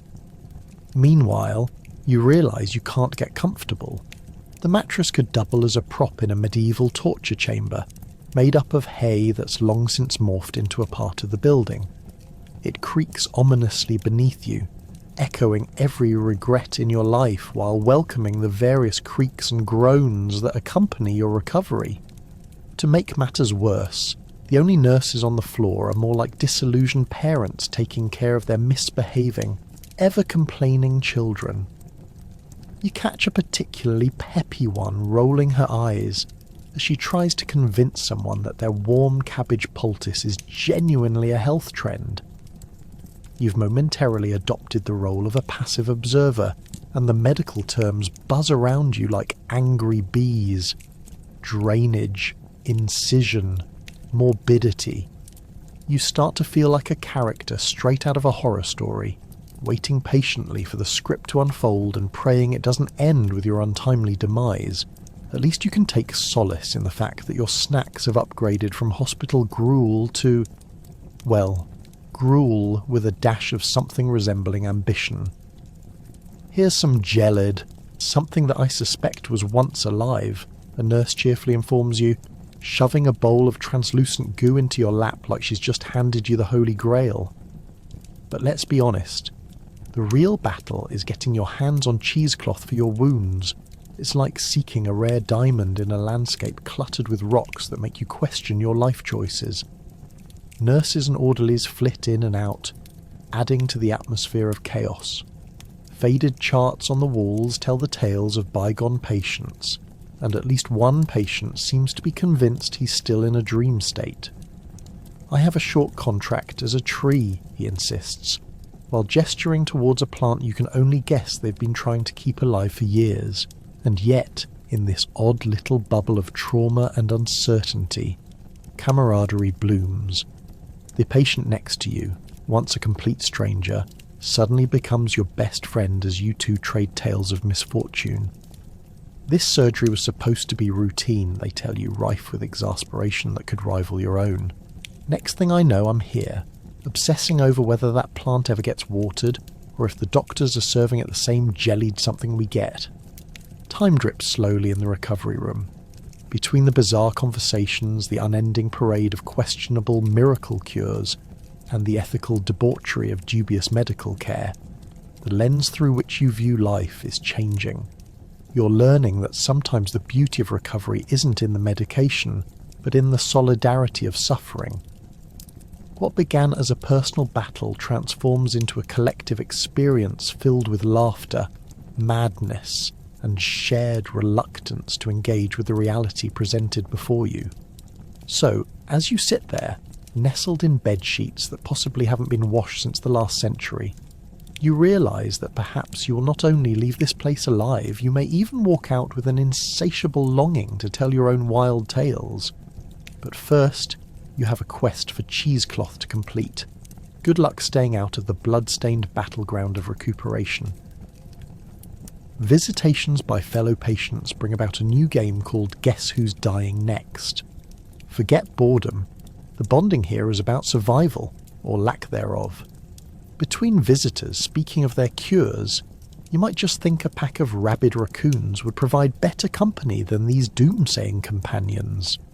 With hushed discussions draped in the gloom of sickness, the atmosphere resembles a macabre soiree where the guests speak in whispers and the food is as appetizing as a failed science experiment. You can almost hear the patient in the corner muttering, "Oh, if only I could trade my leeches for a slice of cake!" But who would dare bring delicious pastries into this theatrical horror show of maladies? Every visit feels like a lottery draw. You never know who will leave on a gurney and who will walk out under their own power. One patient, whose name you can't remember, confides in you about their miraculous treatment, a mixture of crushed herbs straight from the apothecary's questionable stash. With fervour, they capture the spirit of their alleged cure, like a zealot defending a sacred text. You nod along, wondering if perhaps their next flailing arm will knock over a nearby bedside table or send their nurse fleeing in horror. In this most unusual fellowship of ailments, you learn that every individual manages their dilemma in uniquely questionable ways. Someone over there has taken to consuming an inordinate amount of pickled herring, convinced that if it helps his grandmother's rheumatism, it will certainly restore his lost dignity. Another is adamant that downing a flagon of tobacco elixir will cure their hiccups, despite the fact they've had those pesky hiccups throughout your multiple encounters. Each patient clings to these fabulous notions, and for a moment you ponder if perhaps all of you are merely characters fostered for the crazed imaginings of a deranged playwright. And in the spirit of bonding, the hospital staff takes their cue from the patients, turning environment into comedic theatre. Nurses swoop in with enthusiasm rivaling that of circus clowns, armed with syringes that gleam like swords. They serve as the unfortunate ringmasters of your unfortunate grand show, wielding mysterious vials that promise to erase your fears, though you suspect they're just filled with a cocktail designed to induce both a compelling sleepiness and a hint of existential dread. Now, let's see how many of you will survive my round of nightly visits, one nurse exclaims with a cheerfulness that comes off as sinister more than charming. The more morbid among your fellow patients begin cataloguing the various ailments plaguing them. Ah, a staph infection? I had that last week. No big deal, just a bit of flesh-eating fun, another exuberates, flaunting their bandaged arm like a trophy. You're torn, half wanting to laugh, half shuddering at the reality that awaits you. Surely they are taking march toward acceptance in this gloomy carnival of disease. Then again, perhaps it's just their way of coping. Laughter is, after all, a common way to fight the waves of despair crashing against the thin walls that separate you from both life outdoors and the gathering cloud of unease afloat in the room. You count the days and nights, believing you've become a seasoned vet in hospital stay experiences, all while surrounded by your fellow survivors. It is here, amidst the mire of questionable remedies and overly enthusiastic declarations of recovery, you accidentally find solace in shared stories, some fantastical, others far more graphic than you ever anticipated. Conversations flow like a torrent, oscillating between fear and absurdity, and you half wonder if creating elaborate strategies to bypass the impending doom isn't worse than a horror film. Before you know it, the suspects of the room have formed bonds, friends standing shoulder to shoulder in a warped reality not so unlike a fabricated sitcom. Homemade tinctures are passed around, and whispered encouragements are fueled with determination. "Tell my family I love them," someone shouts, laughter glinting in their eye. You know it's likely the morphine, but it doesn't matter. In the chaos of illness and uncertainty, somehow these absurd connections elicit a warm, albeit grim, sense of camaraderie among both the living and the what might have been. And in this curious mix of jest, mortality, and makeshift friendships, you come to a grand realization. Perhaps this is what life is truly about. Surviving the absurdity while finding joy, even when all signs point toward doom. The bleakness becomes a canvas for laughter, painting brilliant strokes of resilience. And just when you think the final curtain is about to drop, the absurdity of the moment guarantees that laughter, a loud, hearty laugh, is the best remedy anyone could ever prescribe. Is it happiness, wicked humour, or pure madness? Who cares? For now, surviving together in Victorian bliss, or rather distress, remains the best bonding activity. So, raise a glass of suspiciously brewed concoction to your fellow patients, all part of that crazy quilt we call life, all aboard the crazy train to find joy, even in a place that holds more misery than a kingdom of cranky cats. As you lay in agony, medics wave their hands and recite incantations that are bordering on more witchcraft than medicine. A little more prayers, and the pain will disappear. Spoiler, Your discomfort only intensifies along with their zeal for the unverified. The doctor is convinced piety can replace proper care, dictating magic rather than science. You're about to discover that in the Victorian era, healing often meant squeezing a prayer into your daily dosage. No science really necessary. The mantra of "believe and you shall be free from fevers" reigns supreme. Picture every physician you've encountered thus far adopting a magician's flair, complete with dramatic gestures, as they orchestrate your curing experience. Their instruments may include herbs, some dubious tinctures of questionable origin, and perhaps the world's most potent blend of water and wishful thinking. You find yourself in a world where mumbo-jumbo isn't an idle threat but a slated method of treatment. You can't help but wonder if they've confused their medical books for an old edition of a Harry Potter manual. Forget morphine. Just stand still while we wave a few herbs around you and chant at your ailments, like magic words can somehow conduct symphonies through your organs. As you sit on the edge of your bed, you half expect to be handed a clear bottle labelled mystical remedy that looks suspiciously like liquid optimism, as your doctor assures you of its effectiveness. The apothecary proudly confirms it's concocted using age-old, clandestine techniques like shouting positive affirmations at your fever. Forget electrophysiology and that complicated chemistry stuff. This is healing in its purest form, and if you're asking whether these remedies truly work, well, that entirely depends on how convincing the doctor is while delivering them. You soon find the most effective ingredient appears to be a spoonful of theatrical flair. Have a cough?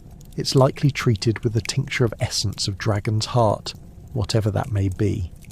Not healed, just wait for sincerity and persistence to kick in as they reset your karma through relentless exhortations to the universe. But don't let optimism fool you. The presence of non-helpful spirits hangs thick in the waiting room, like that old ghost, bad luck, who loves to loom around sick rooms like an ill-bred relative at a holiday dinner. You can almost hear its whispers. Cleanse yourself. Repeat after me.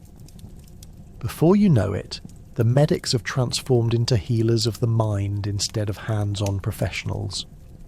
The surroundings feel oddly reminiscent of a particularly lazy classroom, where the term homework is followed by a collective groan from the patients.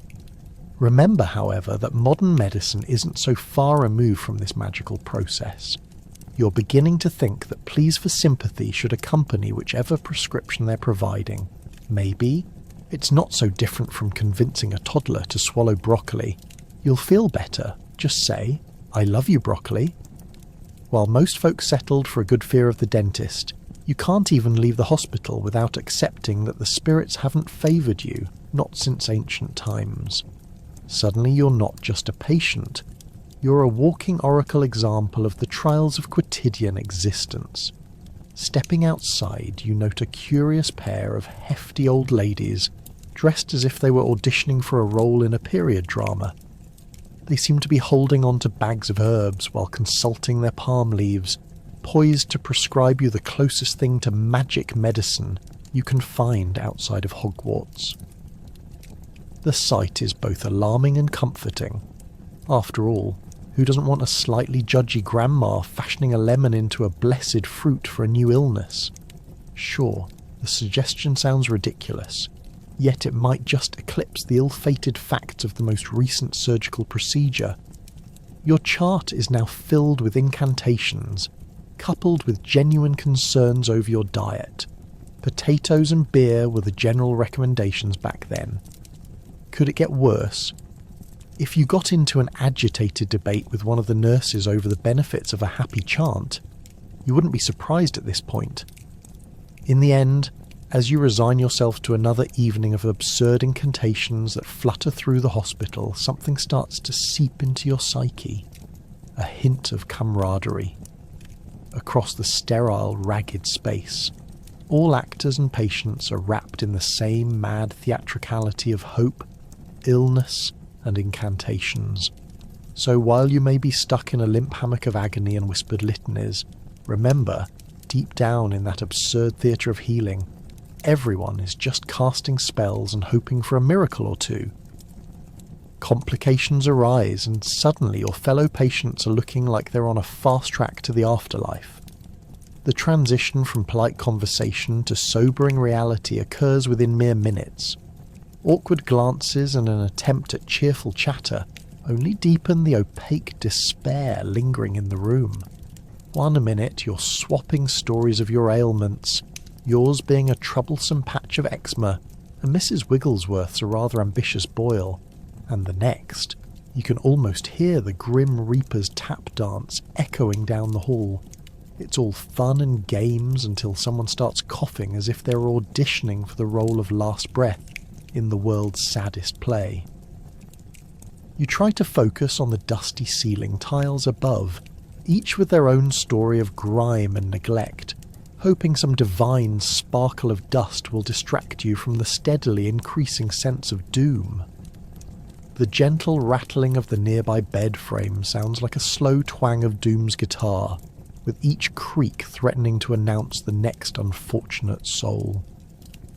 You glance around the room and spot Mr. Thompson, once an energetic gentleman whose enthusiasm could rival a circus clown, now staring blankly at the wall as if he's auditioning for a role as a soap opera ghost. The doctor makes their rounds, and their demeanour shift is as subtle as a lead balloon. You swear you see the glint of a do not resuscitate order in their eyes as they check off charts like they're playing bingo with your fates. One by one, you're marked with the invisible ink of impending doom. Next, they chime, giving you a moment of false hope before you realise it's the unfortunate soul to your left who is now downgraded from sick to a historical reference. This moment of stark realisation begins to set in that you might very well be stuck in a death spiral, resembling a twisted, morbid version of a merry-go-round where everyone is cheering for the next closest exit. It's almost as if a heavy fog of malaise sentimentally envelops the room, gradually cloaking every bright hope you might have harboured. You can almost hear the grim, ironic giggles of the very angels who've lined up for this abominable comedy show. You find yourself attempting small talk with your now very sick neighbours, despite the heavy pall that thinks it has been reinforced by the weight of terrible scents. Like someone decided that a perfume of despair mixed with boiled cabbage was good for your spirits. You lean towards your neighbour on the right, who's got an I Love Old Mortality sticker plastered on their pillow. So, about that surgery, you begin.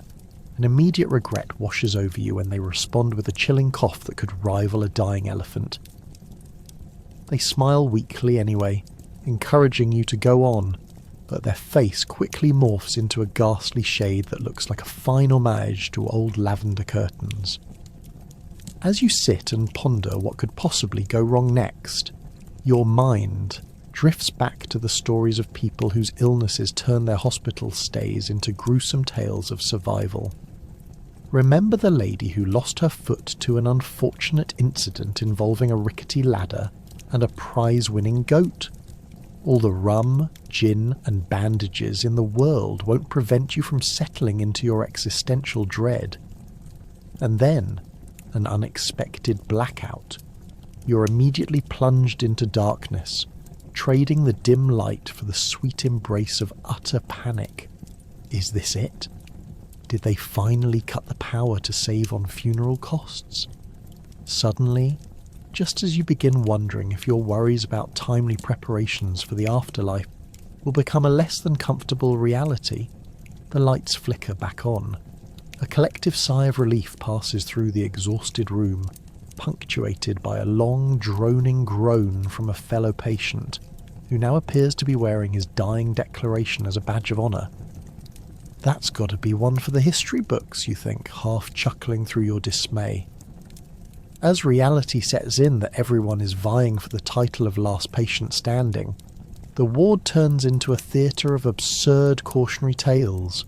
Friends who came in during your waiting period now become daily news highlights of despair. Suffering is almost contagious, an unnerving play of whimsical misery. If you thought you could catch something purely from breathing, well, you'd be right about that here. Panic creeps in as you smirk at the absurdity of it all, embracing the chaos while digging your fingernails into the hard mattress. In this death spiral, laughter bizarrely subsists alongside despair. You start a group therapy session based on shared symptoms, where each unbearable ache becomes an opportunity for questionable jokes. Who knew your gallbladder could bring laughter and tears? You feel the irony biting your tongue while you cling to the absurdity of your current life. One "this is fine" meme at a time. You realise the journey through that Victorian health sector is less about surviving the surgery and more about becoming a reluctant icon of morbidity wrapped with laughter amidst the chairs you never wanted to sit in.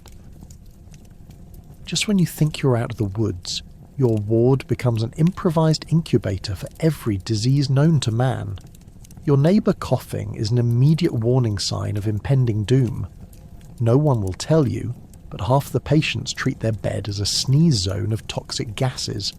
Congratulations, you're about to enter the exclusive club of forgotten patients, where your appreciation for personal space has vanished faster than the hospital's supply of fresh linen. Picture this. You're lying there, trying to channel all your willpower into recovery, only to be continuously nearly smothered by the gentle but irritating fog of your fellow patients' inattentive hygiene. The guy to the left? He sneezed with such fervour that even the nurse took a break from inspecting your bandages to acknowledge her clear disdain. And that little old lady across the aisle? Let's just say her cough sounds more like a trumpet audition gone wrong. You begin to wonder if you came in for surgery or just signed up for a one-way ticket to Germ Junction. At any moment, it feels like you could be awarded the Honorary Patient Zero title. Congratulations, the doctor might say. We've just diagnosed you with a highly contagious form of anxiety because your surroundings threaten every cell in your body. You find yourself waking up startled, certain that a germ-laden fog ballooned over your bed the moment you blinked. No, thank you. I don't need to take part in any spontaneous disease experimentation today, you mumble to the shadows lurking in corners. Of course, you start using that panic energy by scanning the room for sources of danger, like a paranoid detective in a noir film.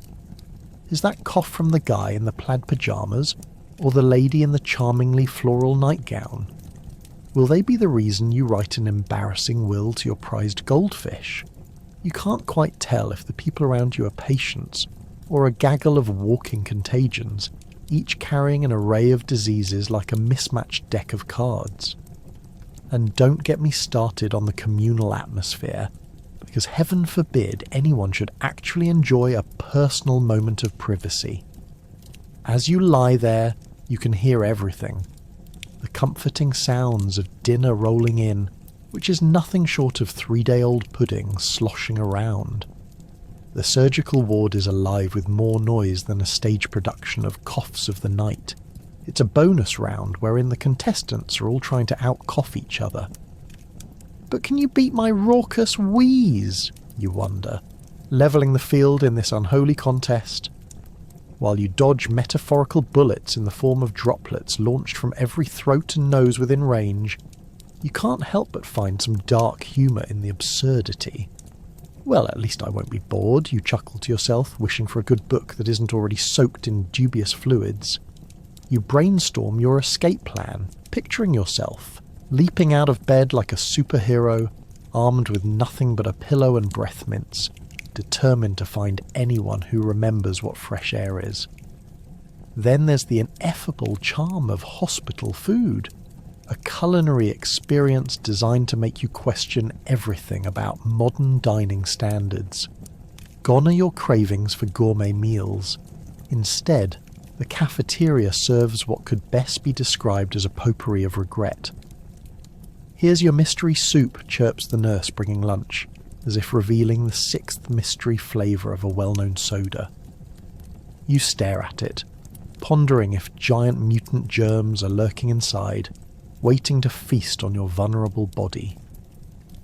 As if the universe is conspiring against you, the TV in your ward turns itself to nutrition advice from Dr. Not a Doctor. It tips its hat to the idea of hearty meals. Consume only fresh ingredients, it says, while your neighbour is happily consuming what you can only hope is a large gelatinous mass. They've somehow managed to make an art of misguided dietary advice. And yet through the hilarity of your increasingly grim reality, you can't help but appreciate the absurd struggle you're living, because somewhere in all this chaos is the absurd comedy of life. Finally, as you prepare to engage in your final battle against the lurking germs and outdated medicine, you remind yourself that surviving a Victorian hospital might just be a grander story than you anticipated. A glorious epic about bravery and a cunning escape from the clutches of doom in a haze of germs and jellied pudding. You may leave these hallowed halls with some lingering discomfort, but at least you'll leave with a story and hopefully some antibiotics too. So as you gear up for your dramatic leap from the bed with wobbly legs, remember, you were never just another patient. You were a warrior of the ward, an unsuspecting hero in a world where every breath could be your last. After an eternity in that wretched hospital, you finally make your escape. Expect a joyous journey home? Not really. You're met with a room smelling of cabbage and a family member armed with nothing but love and a suspicious casserole that clearly came from last week's dinner. As you step through the door, the scent hits you like a faceful of wet laundry. Vegetables that have gone rogue, paired with a hint of something just a hair shy of actually being edible. It's like returning to a prison after a glorious taste of freedom, but hey, at least the rats aren't the ones bringing you food today.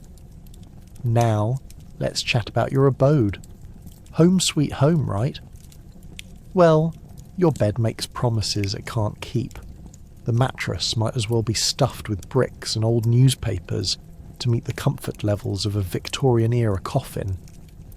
You lie down gingerly, still recovering from your recent battle with the ether-saturated care you received, only to feel as though the centerpiece of your home is actively conspiring against your back. You can practically hear it whispering, "I told you this would happen if you ever tried to escape the joy of leeches." Trying to relax is a challenge. The living room is filled with well-meaning relatives ready to bombard you with unsolicited opinions. Did you try this herb for your cough? Have you considered establishing a direct line of communication with your demons? There's Aunt Gertrude, with her tight-knit curls and firm grip on the cough syrup is a cure-all mentality. You're now the latest star of the family's health update drama. The hospital may have felt like a freak show, but at least the patients didn't bombard you with cabbage soup and horror stories about how their neighbour's sister's husband claimed to survive the plague by eating nothing but grass for 3 weeks. That's right. You thought you escaped the gossip mill, only to find you've been slipped back into the reality TV of life. To add to the chaos, the family pets have decided this is the perfect time to express their love, jumping onto your aching body with the enthusiasm of a kitten on caffeine. "Oh, isn't Fluffy such a blessing," they say, while you silently scream inwardly. If Fluffy is a blessing, then my back is an ongoing curse. Your left ankle now has the cutest paw print on it, leaving you questioning if there's any way to successfully pop this cat-induced hot mess without launching them into low Earth orbit.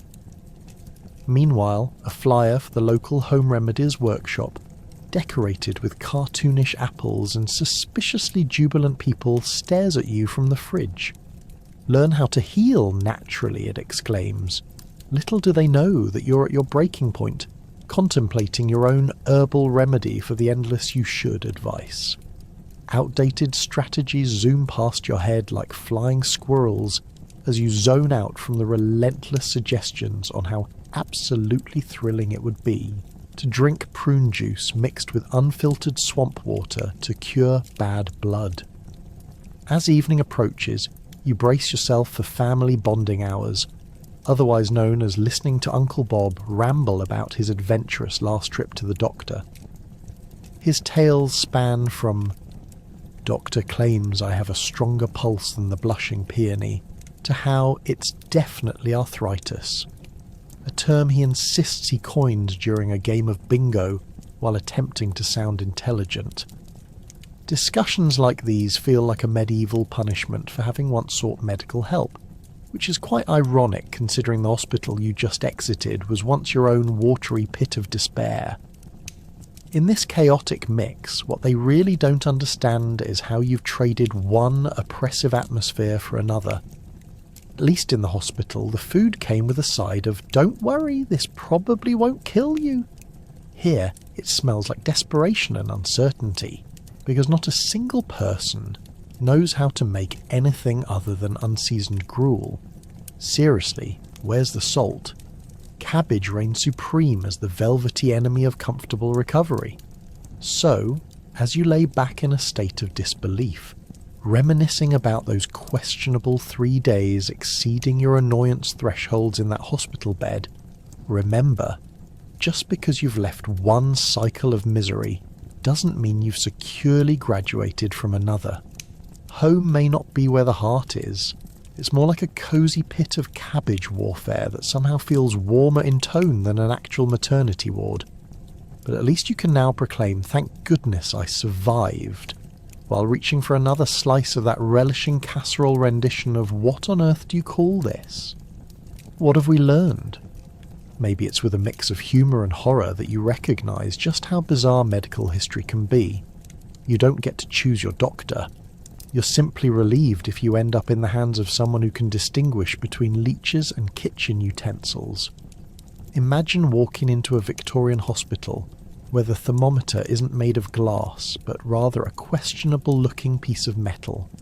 You slowly realise that your physician is more likely to prescribe you fresh air and a good rubbing with goose grease than anything resembling modern medicine.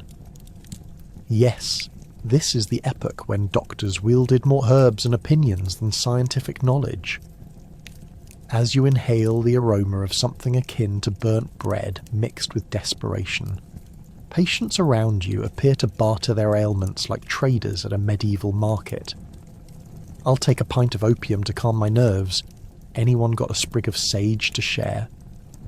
The symptoms range dramatically here, and there's a virtual economy of illnesses, from miseries of the soul to uncontrollable upholstery coughing, an affliction they swear is entirely real. In the heat of the moment, you may wish for nothing more than to pick up your smartphone and Google the nearest pharmacy like the modern hero you are.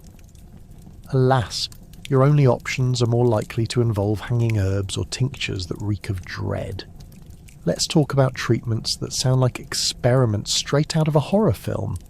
Bloodletting, or as I like to call it, the medieval ritual of removing your life force, was, at best, a 50-50 gamble. Your Victorian doctor might think, "Why not drain a quart while you're at it?" Bonus points if they throw in a bit of leech therapy for good measure. A surefire way to spark joy in your bloodstream, right? The great irony here is that bloodletting was considered therapeutic, a way to balance the body's humours. You'd think they'd have figured out how to keep the livers in remote corners of the world ticking properly, without resorting to such extreme measures. Trust me, if you were a betting person, you'd wager your savings on finding a body of clean food before you'd find a flesh wound nobly fixed by blood reduction. Means of diagnosis in the Victorian era were, let's just say, charmingly outrageous. Surgical professionals had the creative license of a toddler wielding finger paint. The diagnosis could change from cold to "it's the fever of the crown" at the whim of fancy. Those poor patients must have thought they were auditioning for a street magician with the sudden shifts in "found the root cause," followed by "oops, that's the wrong leg. Sorry, I'm seeing multiple possibilities here." Modern medicine delivers results based on tests and validated knowledge.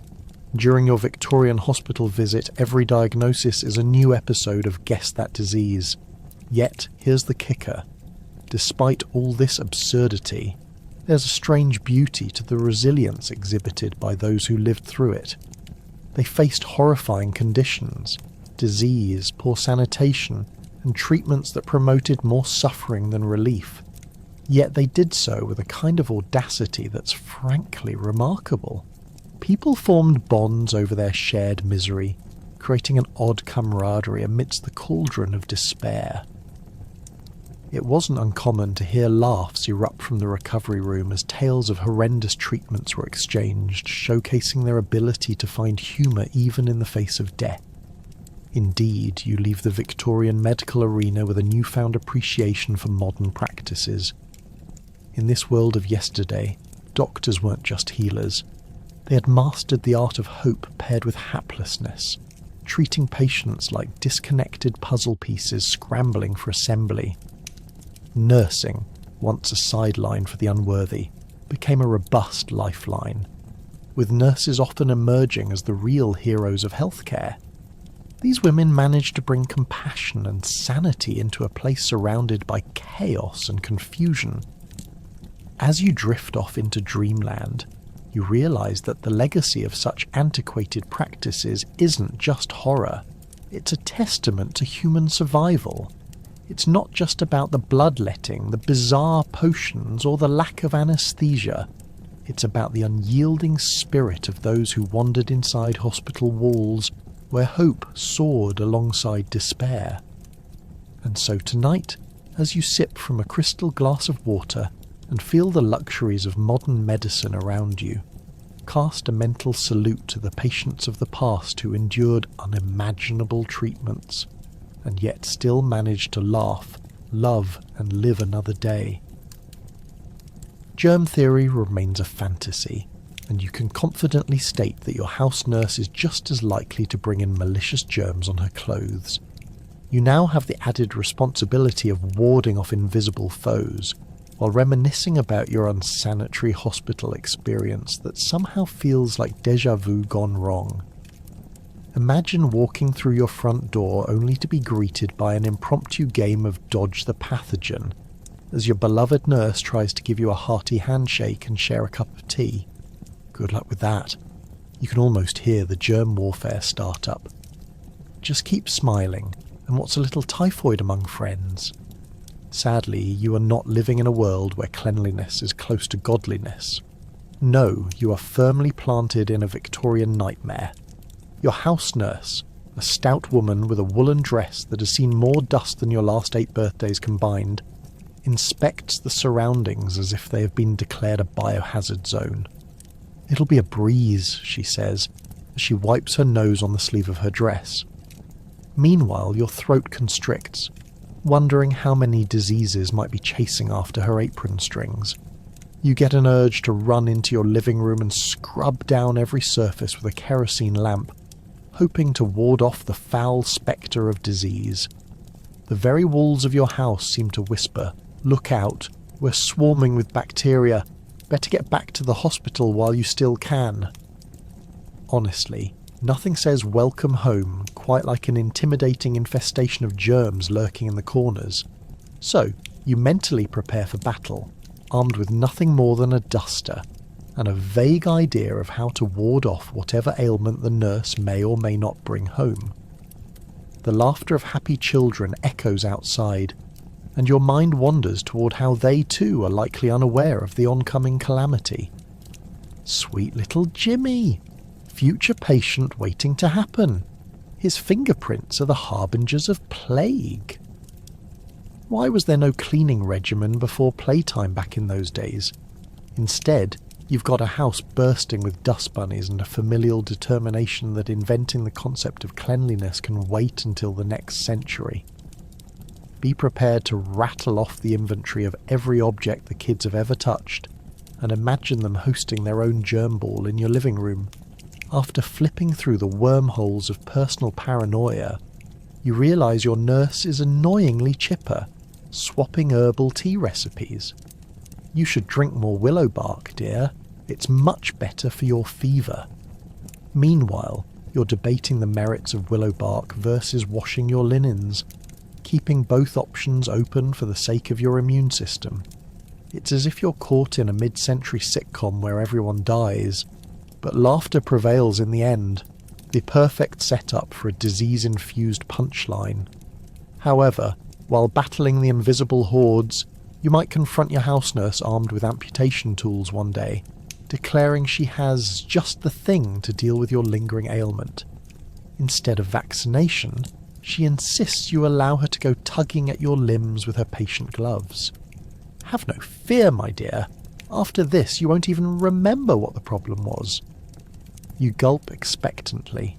There's a fine line between charm and utter chaos, and the veil is swiftly collapsing.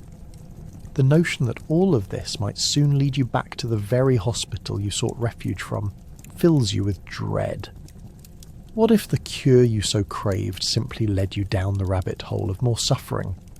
As she swathes you in a bandage like some aquatic mummy with all the elegance of a potato sack, you begin to understand the Victorian relationship with medicine. A thrilling ride through the land of poor hygiene meets morbid humour, right in your very home. So, as the whirling chaos of medicine and germs unfolds before your eyes, you recognise the nonsensical truth. You are now caught in an intricate dance with infection and a laughably unfazed house nurse, all while clutching the straws of moderate hope. After all, misery loves company, especially of the microbial sort. Who knew home care would become the ultimate spin on hospitality, residing somewhere between dread and dark humour, all slightly caked in dust? And as you drift off into a seemingly clean sleep, haunted by the suspenseful chatter of your house nurse and the ever-looming presence of germs in your life, one thing is clear. In a Victorian world, the greatest threat isn't just disease. It's the absurdity lurking behind every door. So, embrace the chaos, for in the realm of life, it's often the laughter that keeps your head above the muck and inspires the survival instinct just when you need it most. As you prepare for bed, you can safely say that modern medicine looks like a cosy dream filled with actual belly laughs. From anesthesia to antibiotics, you're living like a king compared to the sheer absurdity of yore. A privilege, to say the least. Take a minute to appreciate that your sick days no longer involve playful quackery or dramatic bloodletting. Remember how, a mere century ago, your biggest concern would have been whether to bring your own leeches or borrow someone else's. And don't even get me started on the doctor's office. Today, it's air-conditioned comfort, soothing music, and maybe even a complimentary water bottle. Back then, it was dark, damp, and decorated with the ghosts of patients who gave up hope after waiting too long for treatment. Now, when you get a headache or feel under the weather, you reach for a box of over-the-counter pain relief, something lovely like ibuprofen, rather than your Victorian counterpart, who would endure an unpleasant conversation about how perhaps a few drops of bloodwurst or a sprinkle of ground batwing would do the trick. Your worst-case scenario, stale herbal tea. Their worst-case scenario, hairy leeches slithering menacingly from a glass jar, awkwardly waiting to siphon off just enough of your life force to restore balance. Speaking of balance, let's revisit the heady days when common ailments were treated with bizarre concoctions that sounded like something from a witch's cauldron. Have a cough? Just chug a glass of fermented chicken feet milk. Now, you know better. The closest you come to those days is when you tell your friends a cold can be banished with chicken soup and a Netflix binge.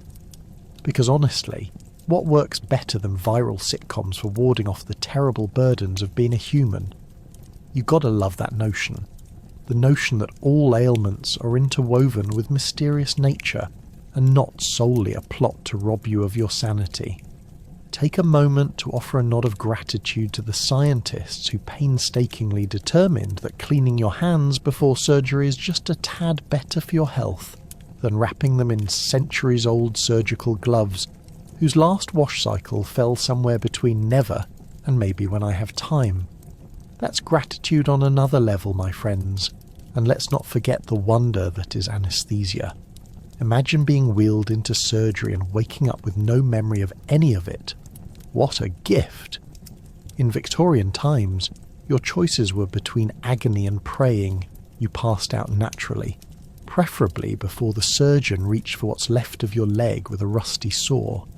Good old modern medicine gives you a nap, courtesy of lovely sweet gas or, dare we say, a magical cocktail of sedatives that make you float into the ether away from all earthly troubles. When it comes to surgical recovery today, your biggest concern is the trendiest hospital food and not the doctor's open debate about how to best remove your appendix by a method they just got around to trying out. Fast forward to the present, where diagnostic tools resemble something from a sci-fi movie rather than a horror film. Modern imaging discs show everything from your healthy organs to that extra slice of pizza you regret having after midnight. Comparing that to the Victorian methods where disease was diagnosed by examining you like a turkey on Thanksgiving, lots of poking, prodding, and wild guessing on the doctor's part is a breath of fresh air. Surely glancing at your tongue is far more effective than whatever it was they did, combined with half of all illnesses being blamed on moral failings. Every time you stroll into a doctor's office today, it's a cleaner, safer environment where professionals share practices rather than fears of the next great epidemic. And that's the charm of eating that slice of modernity. You've got concerns, but they're about your co-payment and whether you prefer your waiting room to have a subscription to People magazine over the Journal of Revolutionary Medicine written by confused insect taxidermists. So, as you nestle in your cosy clean bed, just know this. We may not have it all figured out, but our medical landscape today is a far cry from medical history's dense mixture of voodoo and vegetable concoctions. While you adjust your comfortable sheets, maybe whisper a quiet "thank you" to the ghosts of those who suffered through those historical horrors, ensuring you don't have to. Because the war on germs may feel ongoing, but it really turned our lives from nightmarish medieval reality to a slightly less terrifying modern-day reality. And remembering all this absurd history sends you off into those well-earned dreams, knowing that tomorrow's visit with your doctor will most likely not end with you feasting on medicinal rat tails. Sweet dreams. So what does the future hold?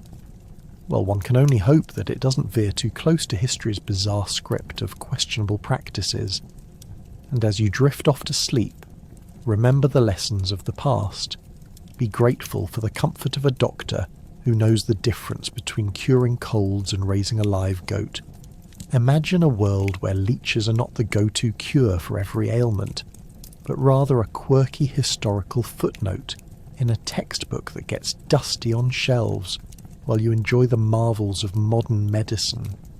Yes, a world of sleek hospitals smelling of antiseptic and not goat, with nurses who don't look like they've time-travelled directly from the 1850s.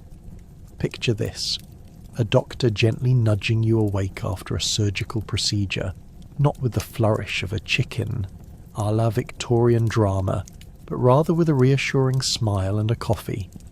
Because is there anything morning-induced anxiety can't be solved by a stellar cup of brew?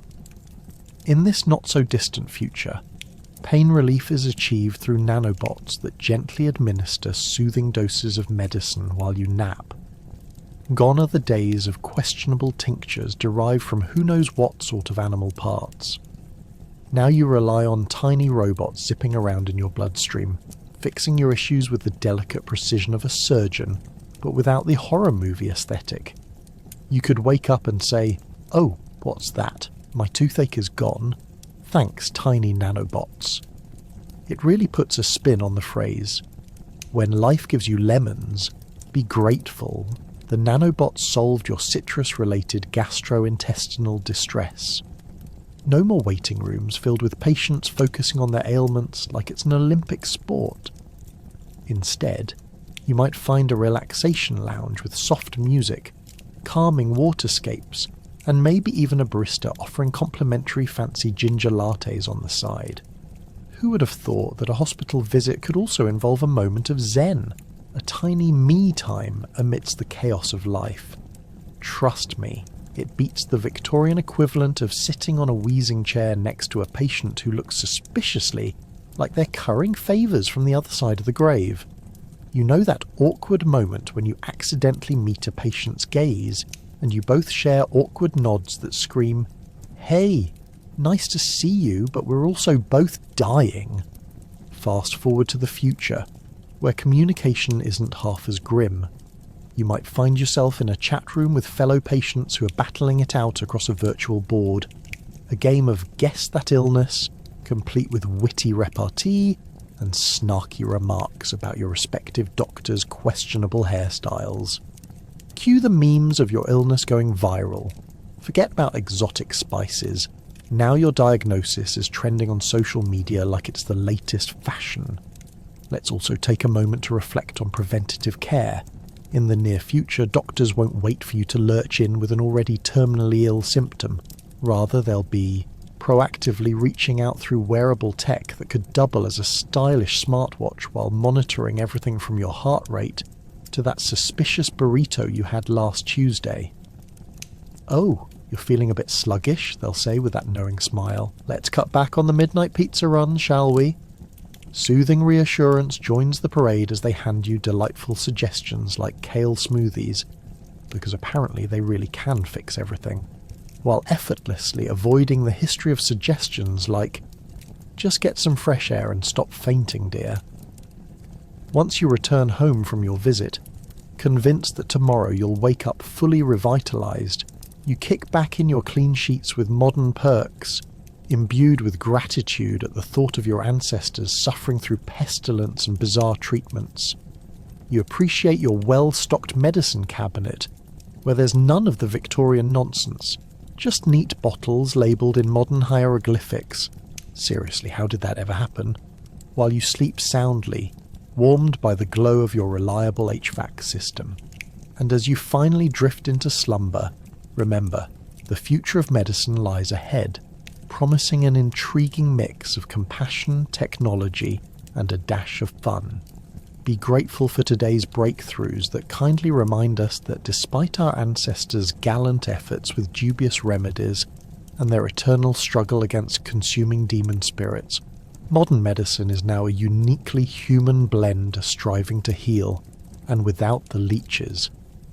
In this brave new world, every bizarre chapter from history simply becomes a comical anecdote for the ages.